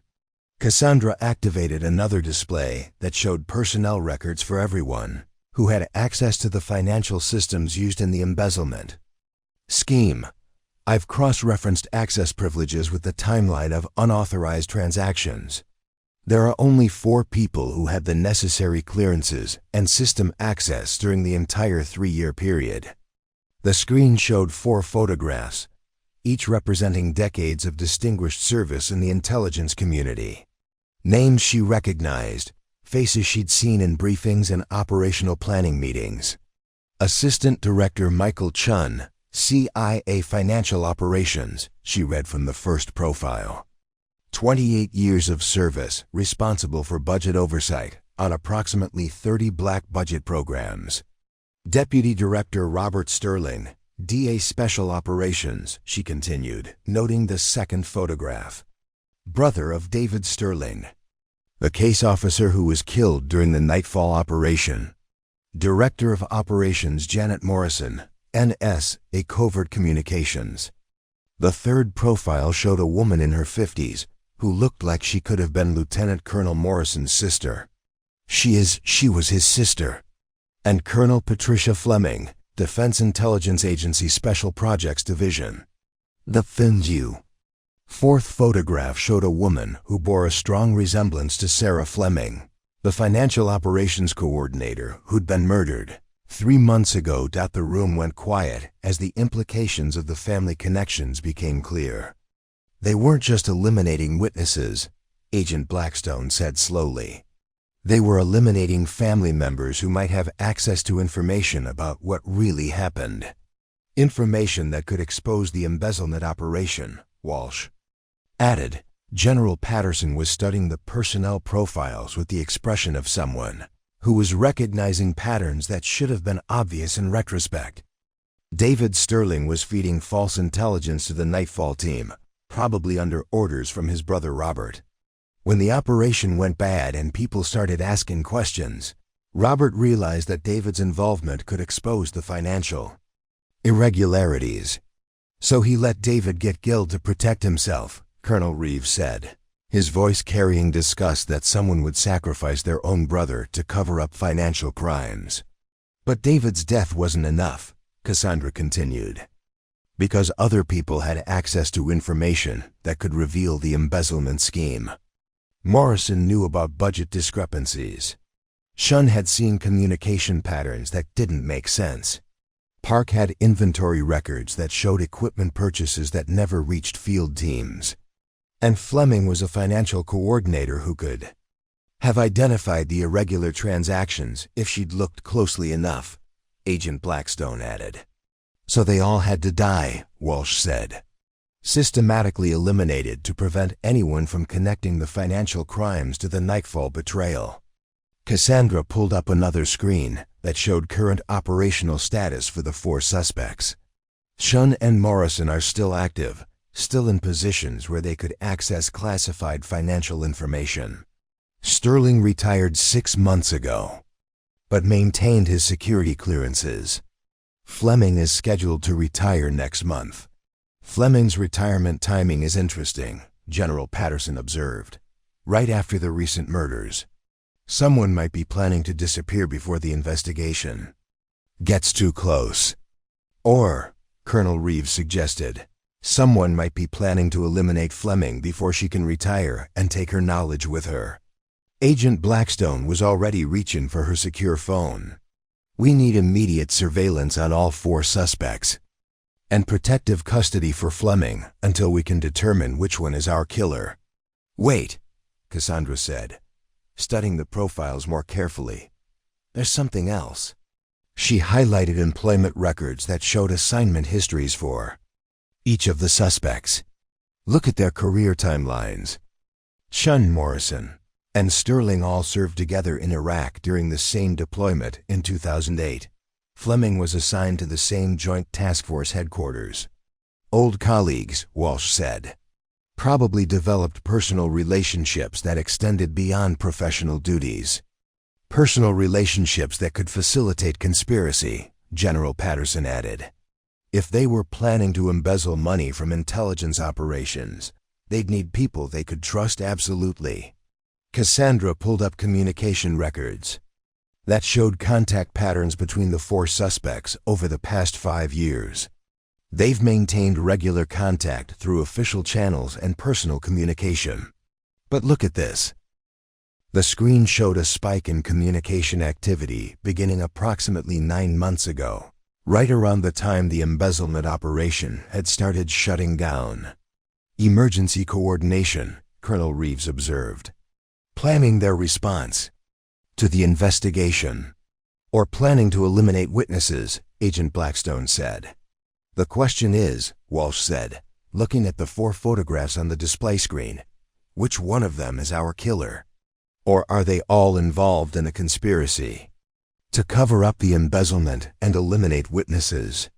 Cassandra studied the profiles, the communication patterns, and the financial data with the kind of analytical focus that had made her effective as an intelligence operations coordinator. Somewhere in the information they'd compiled was the key to identifying which of these 4 people had betrayed Operation Nightfall and was now systematically murdering the survivors. I need to see their current operational assignments, she said finally.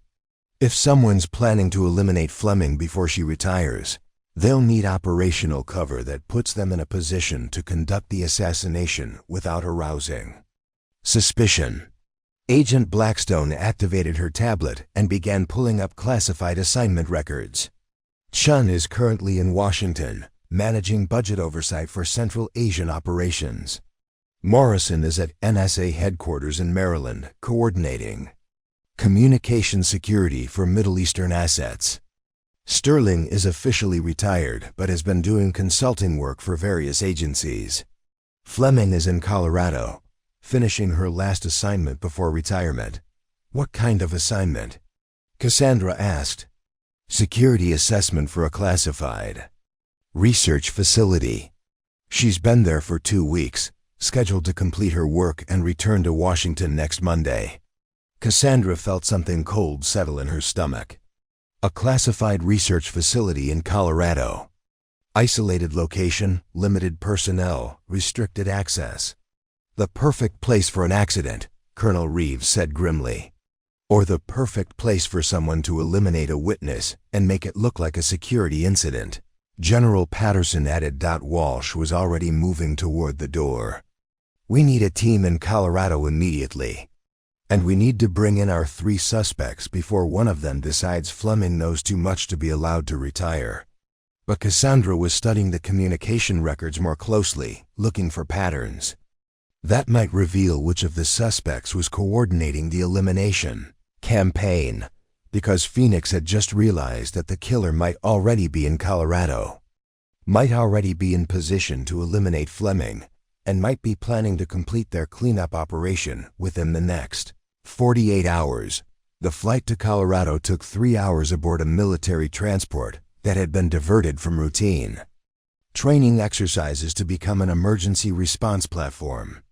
Cassandra sat in the cargo bay alongside a tactical team that included Agent Blackstone, Colonel Reeves, and 8 federal agents equipped for high-risk operations in potentially hostile territory.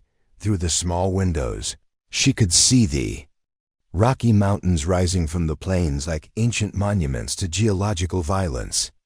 The research facility where Fleming was conducting her final assignment was located in a valley between 2 peaks, accessible only by a single mountain road that wound through terrain that would be beautiful under normal circumstances and deadly if someone wanted to eliminate witnesses without interference.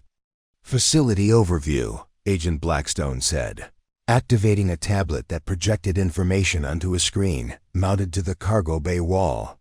Whitmore Research Station, classified Defense Department facility conducting weapons development and testing. Current personnel complement is 37 people, including Fleming and her security assessment team. The screen showed satellite imagery of a compound that looked like a cross between a university campus and a military installation. Multiple buildings connected by covered walkways, surrounded by fencing and security checkpoints that suggested the kind of work being conducted inside required serious protection from outside interest. Fleming's been there for 14 days, Colonel Reeves continued, consulting his own briefing materials. Her assignment is to evaluate communication security protocols and recommend improvements to prevent unauthorized access to classified research data. Who authorized her assignment to this particular facility? Cassandra asked. Deputy Director Robert Sterling, 6 weeks ago, before his official retirement. That detail sent alarm bells ringing in Cassandra's mind.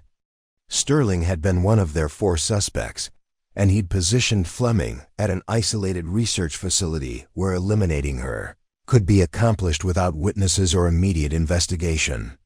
Timeline doesn't work, she said, studying the assignment orders on Blackstone's tablet.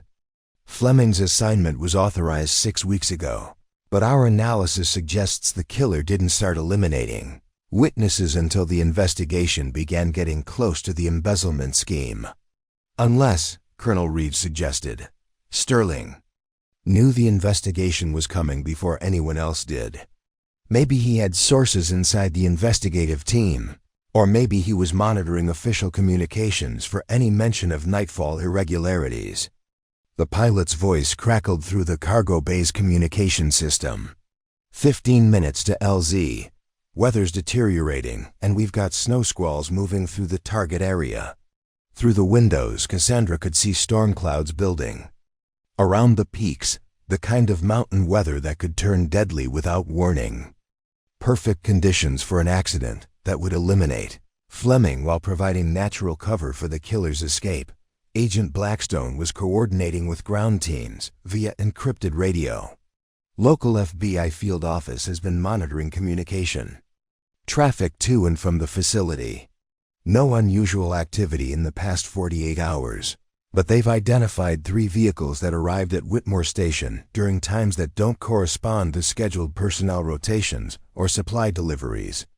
What kind of vehicles? Government sedans with federal plates.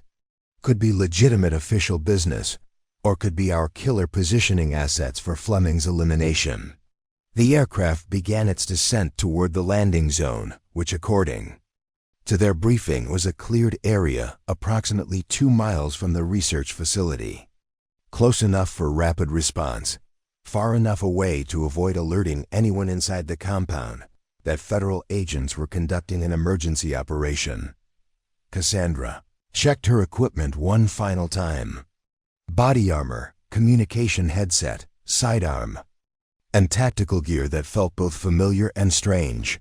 After 3 years of carrying nothing more dangerous than coffee pots and order pads, Phoenix was waking up, reasserting skills and instincts that Cassandra Vale had tried to bury beneath the routine of small-town life. Rules of engagement, Colonel Reeves announced as the aircraft touched down. Fleming is our primary asset. Her safety takes precedence over apprehending suspects. If we encounter hostile action, assume that anyone threatening Fleming is connected to the elimination campaign and respond accordingly. The cargo bay door opened and cold mountain air swept inside, carrying with it the smell of pine trees and the kind of thin atmosphere that reminded you how far above sea level they were operating. Snow was falling steadily, reducing visibility to maybe 50 yards, and creating the kind of conditions that made tactical operations significantly more complicated. 2 teams, Agent Blackstone directed as they moved away from the aircraft. Alpha Team approaches the main facility through the primary access road. Bravo Team takes the service entrance on the south side. Maintain communication and coordinate movement to avoid friendly fire incidents. Cassandra found herself assigned to Alpha Team, moving through snow-covered forest toward a research facility where someone might already be positioning themselves to commit murder. The trees provided concealment, but also limited visibility, forcing them to move slowly while maintaining tactical spacing that would prevent a single ambush from eliminating the entire team. Contact, the point man reported. Through their communication system. Vehicle checkpoint ahead. 2 guards. Appears routine. Through her binoculars, Cassandra could see the facility's main entrance, a guardhouse beside a vehicle barrier, staffed by what looked like private security personnel rather than federal agents. Standard corporate security, not the kind of tactical response team you'd expect if the facility was under immediate threat. No signs of distress, she reported to Agent Blackstone. Guards look relaxed. Normal operational posture. Could mean our killer hasn't made their move yet, Colonel. Reeves responded. Or could mean they've already eliminated Fleming and are waiting for the weather to clear before exfiltrating. Alpha Team approached the checkpoint with the kind of careful coordination that suggested extensive training in facility assault procedures. The guards were cooperative, but clearly surprised by the arrival of federal agents conducting an emergency operation at their classified research facility. We need immediate access to Patricia Fleming, Agent Blackstone told the senior guard, showing federal credentials that carried enough authority to override normal security protocols. This is a matter of national security. Dr. Fleming's in Building C, conducting interviews with research staff. The guard replied, consulting a clipboard that showed personnel locations throughout the facility. But I should probably call my supervisor. No calls, Colonel Reeves interrupted. No communication with anyone until we've secured Dr. Fleming and assessed the threat situation. They moved through the facility with tactical efficiency, passing laboratories and office buildings that Looked like they could have been part of any research university, except for the armed guards and classification notices posted on every door. The personnel they encountered seemed genuinely surprised by the presence of federal tactical teams, suggesting that if there was a killer on the premises, they were maintaining effective operational security. Building C was a 3-story structure that housed administrative offices and conference rooms where Fleming would be conducting the interviews required for her security assessment. According to the facility directory, she was scheduled to be in Conference Room 2B, meeting with research staff about communication protocols and data security procedures. "I'll take point," Cassandra said as they approached the building entrance. "If there's a hostile inside, they'll recognize me before they recognize federal agents. Might give us a tactical advantage." Agent Blackstone looked like she wanted to object, but Phoenix's operational experience outweighed any concerns about civilian safety. "You're wearing body armor and staying in communication. First sign of trouble, you withdraw and let us handle the situation." "Understood." But as they entered Building C and began moving toward the second floor, Cassandra's tactical instincts were telling her that something was wrong. The building was too quiet, with none of the background noise you'd expect from a facility conducting normal operations.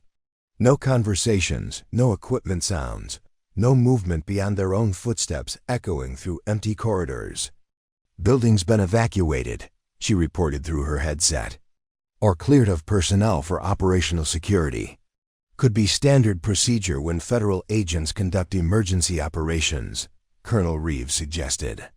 "Management might have ordered all non-essential personnel to remain in their offices until the situation is resolved." But when they reached Conference Room 2B, they found the door standing open and the room empty except for chairs, arranged around a conference table that showed no signs of recent use. "Fleming's not here," Agent Blackstone reported. "Room looks like it hasn't been occupied today." That's when Cassandra heard it, a sound that made her blood freeze and sent Phoenix's combat instincts into full alert mode. Somewhere in the building, probably one floor up, someone was screaming. Not the kind of scream that came from surprise or minor injury. The kind that came from someone experiencing serious pain or terror. The kind that suggested Fleming might already be in the hands of whoever had come to Colorado to eliminate her. "Third floor," Cassandra said, already moving toward the stairwell. "Someone's in trouble." But Phoenix was about to discover that walking into a trap was sometimes the only way to spring it, and that the person hunting Fleming might have been waiting for exactly this moment to eliminate the last witness who could expose their crimes. The screaming stopped abruptly as they reached the second-floor landing, leaving behind a silence that was somehow more disturbing than the sound of someone in distress. Cassandra pressed herself against the stairwell wall, listening for any indication of movement or conversation from the floor above, while Agent Blackstone coordinated with the rest of the tactical team through hand signals that maintained operational security. The third-floor corridor was identical to the second institutional carpeting, fluorescent lighting, and office doors marked with numbers and departmental designations that suggested routine administrative functions. But the air carried a metallic smell that Phoenix recognized from too many combat zones, and there were drops of what looked like blood leading from the stairwell toward an office at the far end of the hall. "Blood trail," Cassandra whispered into her headset, "leading to room 3C. "We go together," Agent Blackstone replied, her weapon drawn and ready. "No heroic solo operations." They moved down the corridor with the kind of tactical coordination that came from extensive training in building clearance procedures. Colonel Reeves covered the rear, watching for threats that might emerge from offices they'd already passed, while two other agents maintained overwatch positions that would provide covering fire if the situation deteriorated. Room 3C turned out to be a large office space that had been converted into a makeshift interrogation area. Patricia Fleming was zip-tied to a chair in the center of the room, her face showing signs of physical abuse, but her eyes alert and defiant. Standing behind her, with a military-issue sidearm pressed against the base of her skull, was someone Cassandra recognized from the personnel files they'd reviewed. Deputy Director Robert Sterling looked older than his official photographs, with gray hair and lines around his eyes that spoke of stress and sleepless nights. But his hands were steady and his voice was calm when he spoke, suggesting someone who'd been preparing for this confrontation for months. "Phoenix," he said, as if greeting an old colleague at a reunion. "I was wondering when you'd show up." "Let her go, Sterling," Agent Blackstone ordered, her weapon trained on center mass despite the tactical disadvantage of having a hostage between them and their target. "You're surrounded and have no viable escape route." Escape wasn't really part of my plan, Sterling replied conversationally. "I've been cleaning up loose ends for 18 months, and Patricia here represents the last piece of evidence that could connect the Nightfall embezzlement to me personally." Fleming's voice was hoarse but steady when she spoke. "He's been torturing me for information about the financial records. Wants to know what I discovered during my investigation." "What did you discover?" Cassandra asked, keeping her own weapon ready, but focused on Sterling's body language for any indication that he might be preparing to shoot Fleming and eliminate his final witness. "That he's been systematically looting black budget operations for 3 years, Fleming replied. "Not just Nightfall, but at least 6 other programs. The total amount is closer to $60 million than the 47 you calculated." Sterling's expression showed something that might have been professional pride. 63 million, actually. But who's counting at this point? Why? Colonel Reeves asked from his position near the door. 28 years of distinguished service, pension, benefits. Why throw it all away for money? Because distinguished service doesn't pay for experimental cancer treatments when your wife is dying and the government health plan considers them too expensive to cover. Sterling replied, his voice carrying the kind of bitter anger that came from watching bureaucratic indifference destroy someone you loved. "Your wife died 4 years ago," Agent Blackstone said, consulting information from her tactical tablet. "The embezzlement started 3 years ago."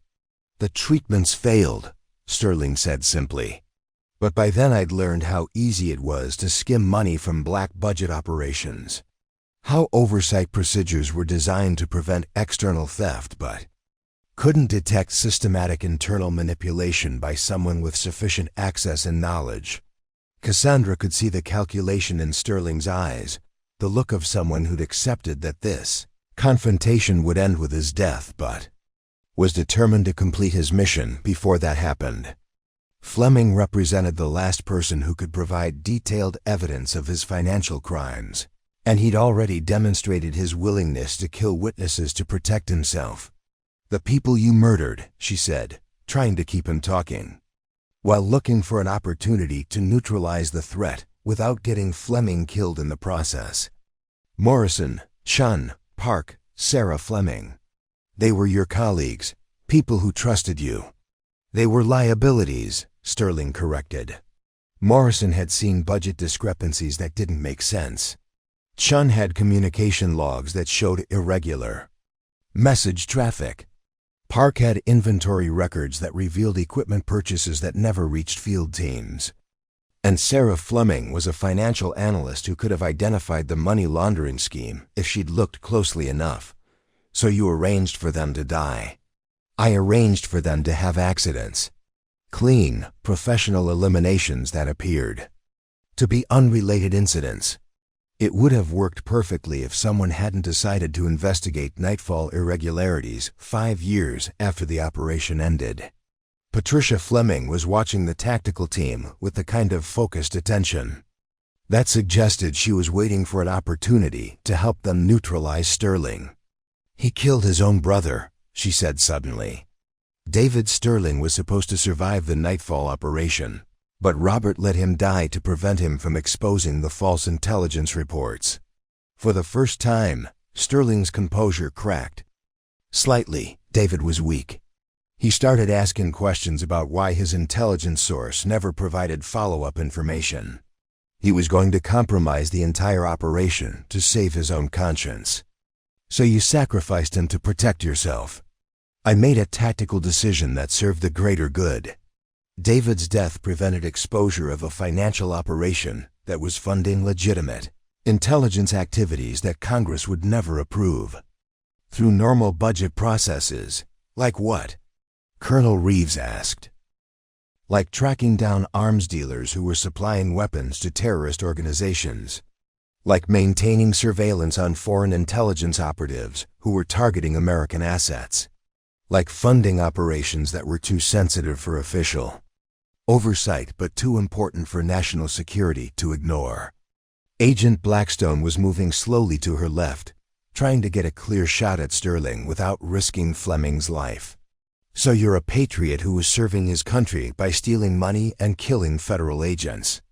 I'm a realist who understood that sometimes national security requires activities that can't be conducted through official channels, Sterling replied. The money I diverted funded operations that saved American lives, even if those operations couldn't be officially acknowledged.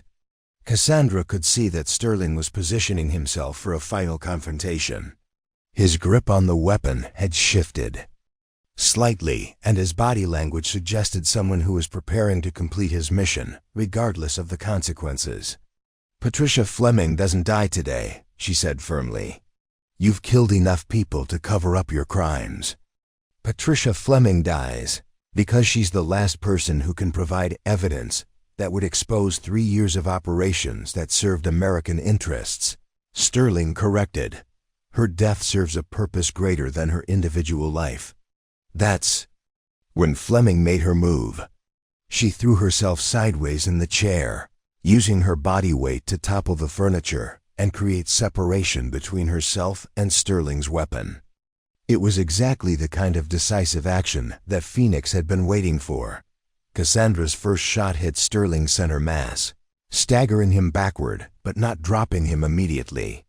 Agent Blackstone's follow-up shot took him in the chest, and Colonel Reeves' third shot ended the threat permanently. Sterling collapsed beside the overturned chair, where Fleming was still zip-tied but alive, conscious, and providing proof that sometimes the good guys managed to save the witness before the killer could eliminate the final piece of evidence. It's over, Agent Blackstone said, moving to cut Fleming's restraints while other team members secured the scene and called for medical support. But Cassandra was looking at Sterling's body and thinking about 7 people who'd died in a warehouse in Moldova because someone had decided that money was more important than the lives of the people who'd sworn to protect their country. Phoenix had finally gotten justice for Operation Nightfall. Now it was time to figure out what came next for the woman who'd spent 3 years serving coffee and pie, while trying to forget that she'd once been someone who hunted people like Robert Sterling. 6 months later, Cassandra Vale walked into a coffee shop in downtown Denver, ordered a double espresso, and sat at a table by the window where she could watch the morning commuters hurrying past on their way to jobs that would never require them to shoot anyone or testify before congressional oversight committees about systematic corruption in the intelligence community. The congressional hearings had lasted 3 weeks and resulted in the largest investigation of black budget irregularities in CIA history. Sterling's financial crimes had been exposed in exhaustive detail, leading to new oversight procedures and the prosecution of 4 additional intelligence officers who'd been involved in unauthorized operations funded by stolen money. Patricia Fleming had testified for 6 hours about the financial analysis that had revealed the scope of Sterling's embezzlement scheme. Her detailed documentation had provided prosecutors with enough evidence to recover approximately $41 million from offshore accounts and shell companies that Sterling had used to launder stolen funds. The families of the 7 operatives killed during Operation Nightfall had finally received official acknowledgement of their loved ones' service and sacrifice. Lieutenant Colonel Morrison, Captain Chun, Major Park, and the others were no longer classified casualties of a mission that had never officially existed. Their names had been added to the memorial wall, and their families had been given the recognition and benefits they deserved. Agent Blackstone had been promoted to Deputy Assistant Director and assigned to head a new task force responsible for investigating financial irregularities in classified operations. Colonel Reeves had returned to the Defense Intelligence Agency with a commendation and responsibility for implementing new security protocols designed to prevent future insider threats, and Phoenix had been offered a position as a senior analyst with the CIA's Counterintelligence Division, along with a security clearance that would have given her access to some of the most sensitive operations in the intelligence community. She'd turned it down. The truth was that Cassandra Vale had spent 3 years learning that there were other ways to serve people, other ways to make a difference that didn't require carrying weapons or living under assumed identities or watching colleagues die because someone had decided that money was more important than human lives. The coffee shop where she sat was located 3 blocks from the headquarters of a nonprofit organization called Veterans Transition Services, where she'd been working for the past 4 months as a counselor specializing in helping former intelligence operatives adjust to civilian life. It was the kind of work that used her understanding of classified operations and psychological stress without requiring her to participate in activities that might result in congressional testimony or tactical operations in foreign countries. Her clients were men and women who'd spent years or decades serving their country in ways that couldn't be publicly acknowledged, who'd developed skills that had no obvious civilian applications, who'd seen things that they couldn't discuss with family members or therapists who lacked security clearances. People like herself, trying to figure out how to build normal lives after careers that had been anything but normal. The work was challenging in ways that were completely different from intelligence operations. There were no clear objectives, no tactical solutions, no enemies to neutralize or assets to protect. Just people struggling with trauma and displacement and the complicated process of learning to trust institutions that had sometimes failed them in fundamental ways, but it was also rewarding in ways that covert operations had never been.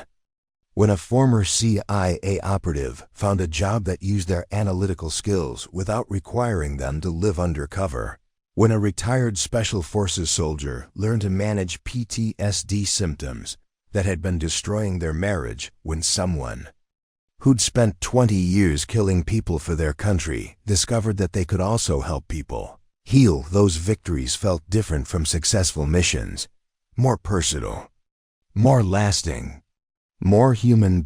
She was reviewing case files for her afternoon appointments when someone sat down at the table across from her.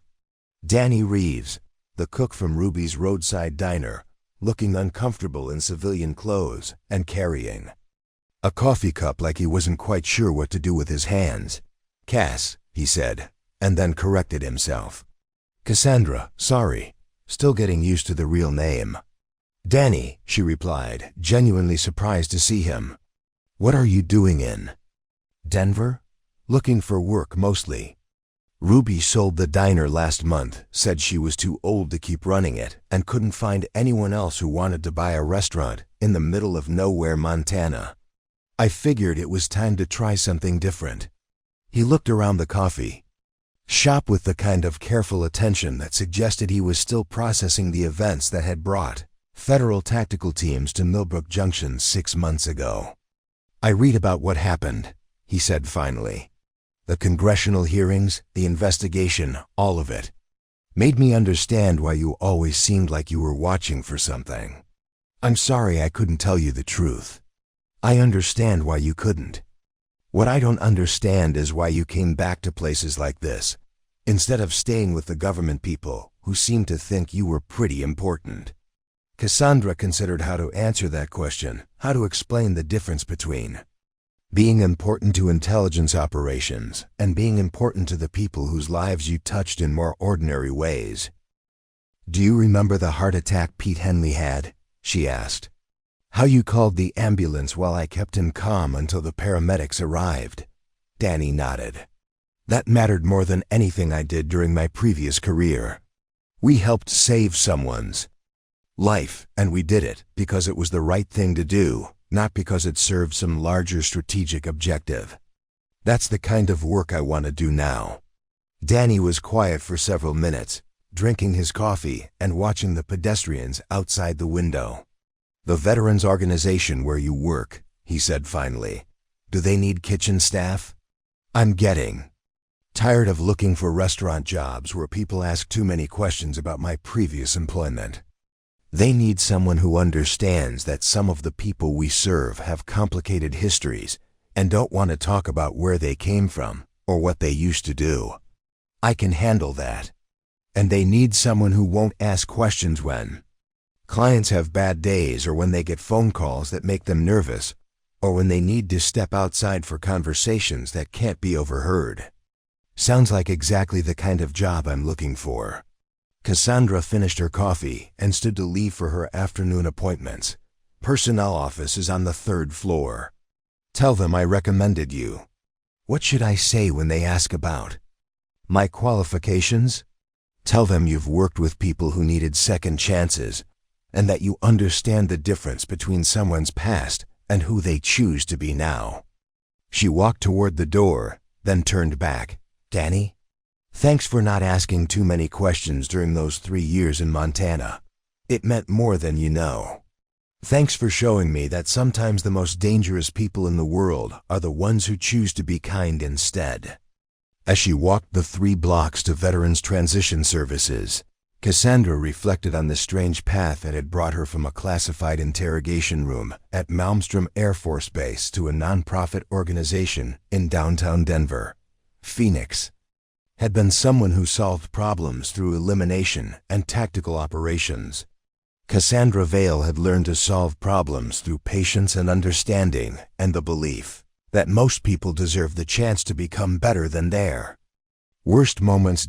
It wasn't the kind of work that would make headlines or result in congressional commendations, but it was the kind of work that let her sleep peacefully at night, knowing that she was using her skills to help people heal rather than to hunt and eliminate threats. And sometimes, when she helped a former intelligence operative find their way back to a normal life, she caught a glimpse of the person she might have become if Operation Nightfall had never happened. If 7 good people hadn't died in a warehouse in Moldova. If she'd never had to learn that the greatest threats sometimes came from the people you trusted most. Phoenix had been about justice and retribution and settling scores with people who'd betrayed everything they'd sworn to protect. Cassandra Vale was about redemption and second chances and the possibility that anyone could choose to become someone better than who they'd been before. It was, she thought, a much better way to live. And as she walked into the building where people came to rebuild their lives after careers in the shadows, she realized that sometimes the most important victories were the quiet ones that nobody else would ever hear about. Up next, you've got 2 more standout stories right on your screen. If this one hit the mark, you won't want to pass these up. Just click and check them out.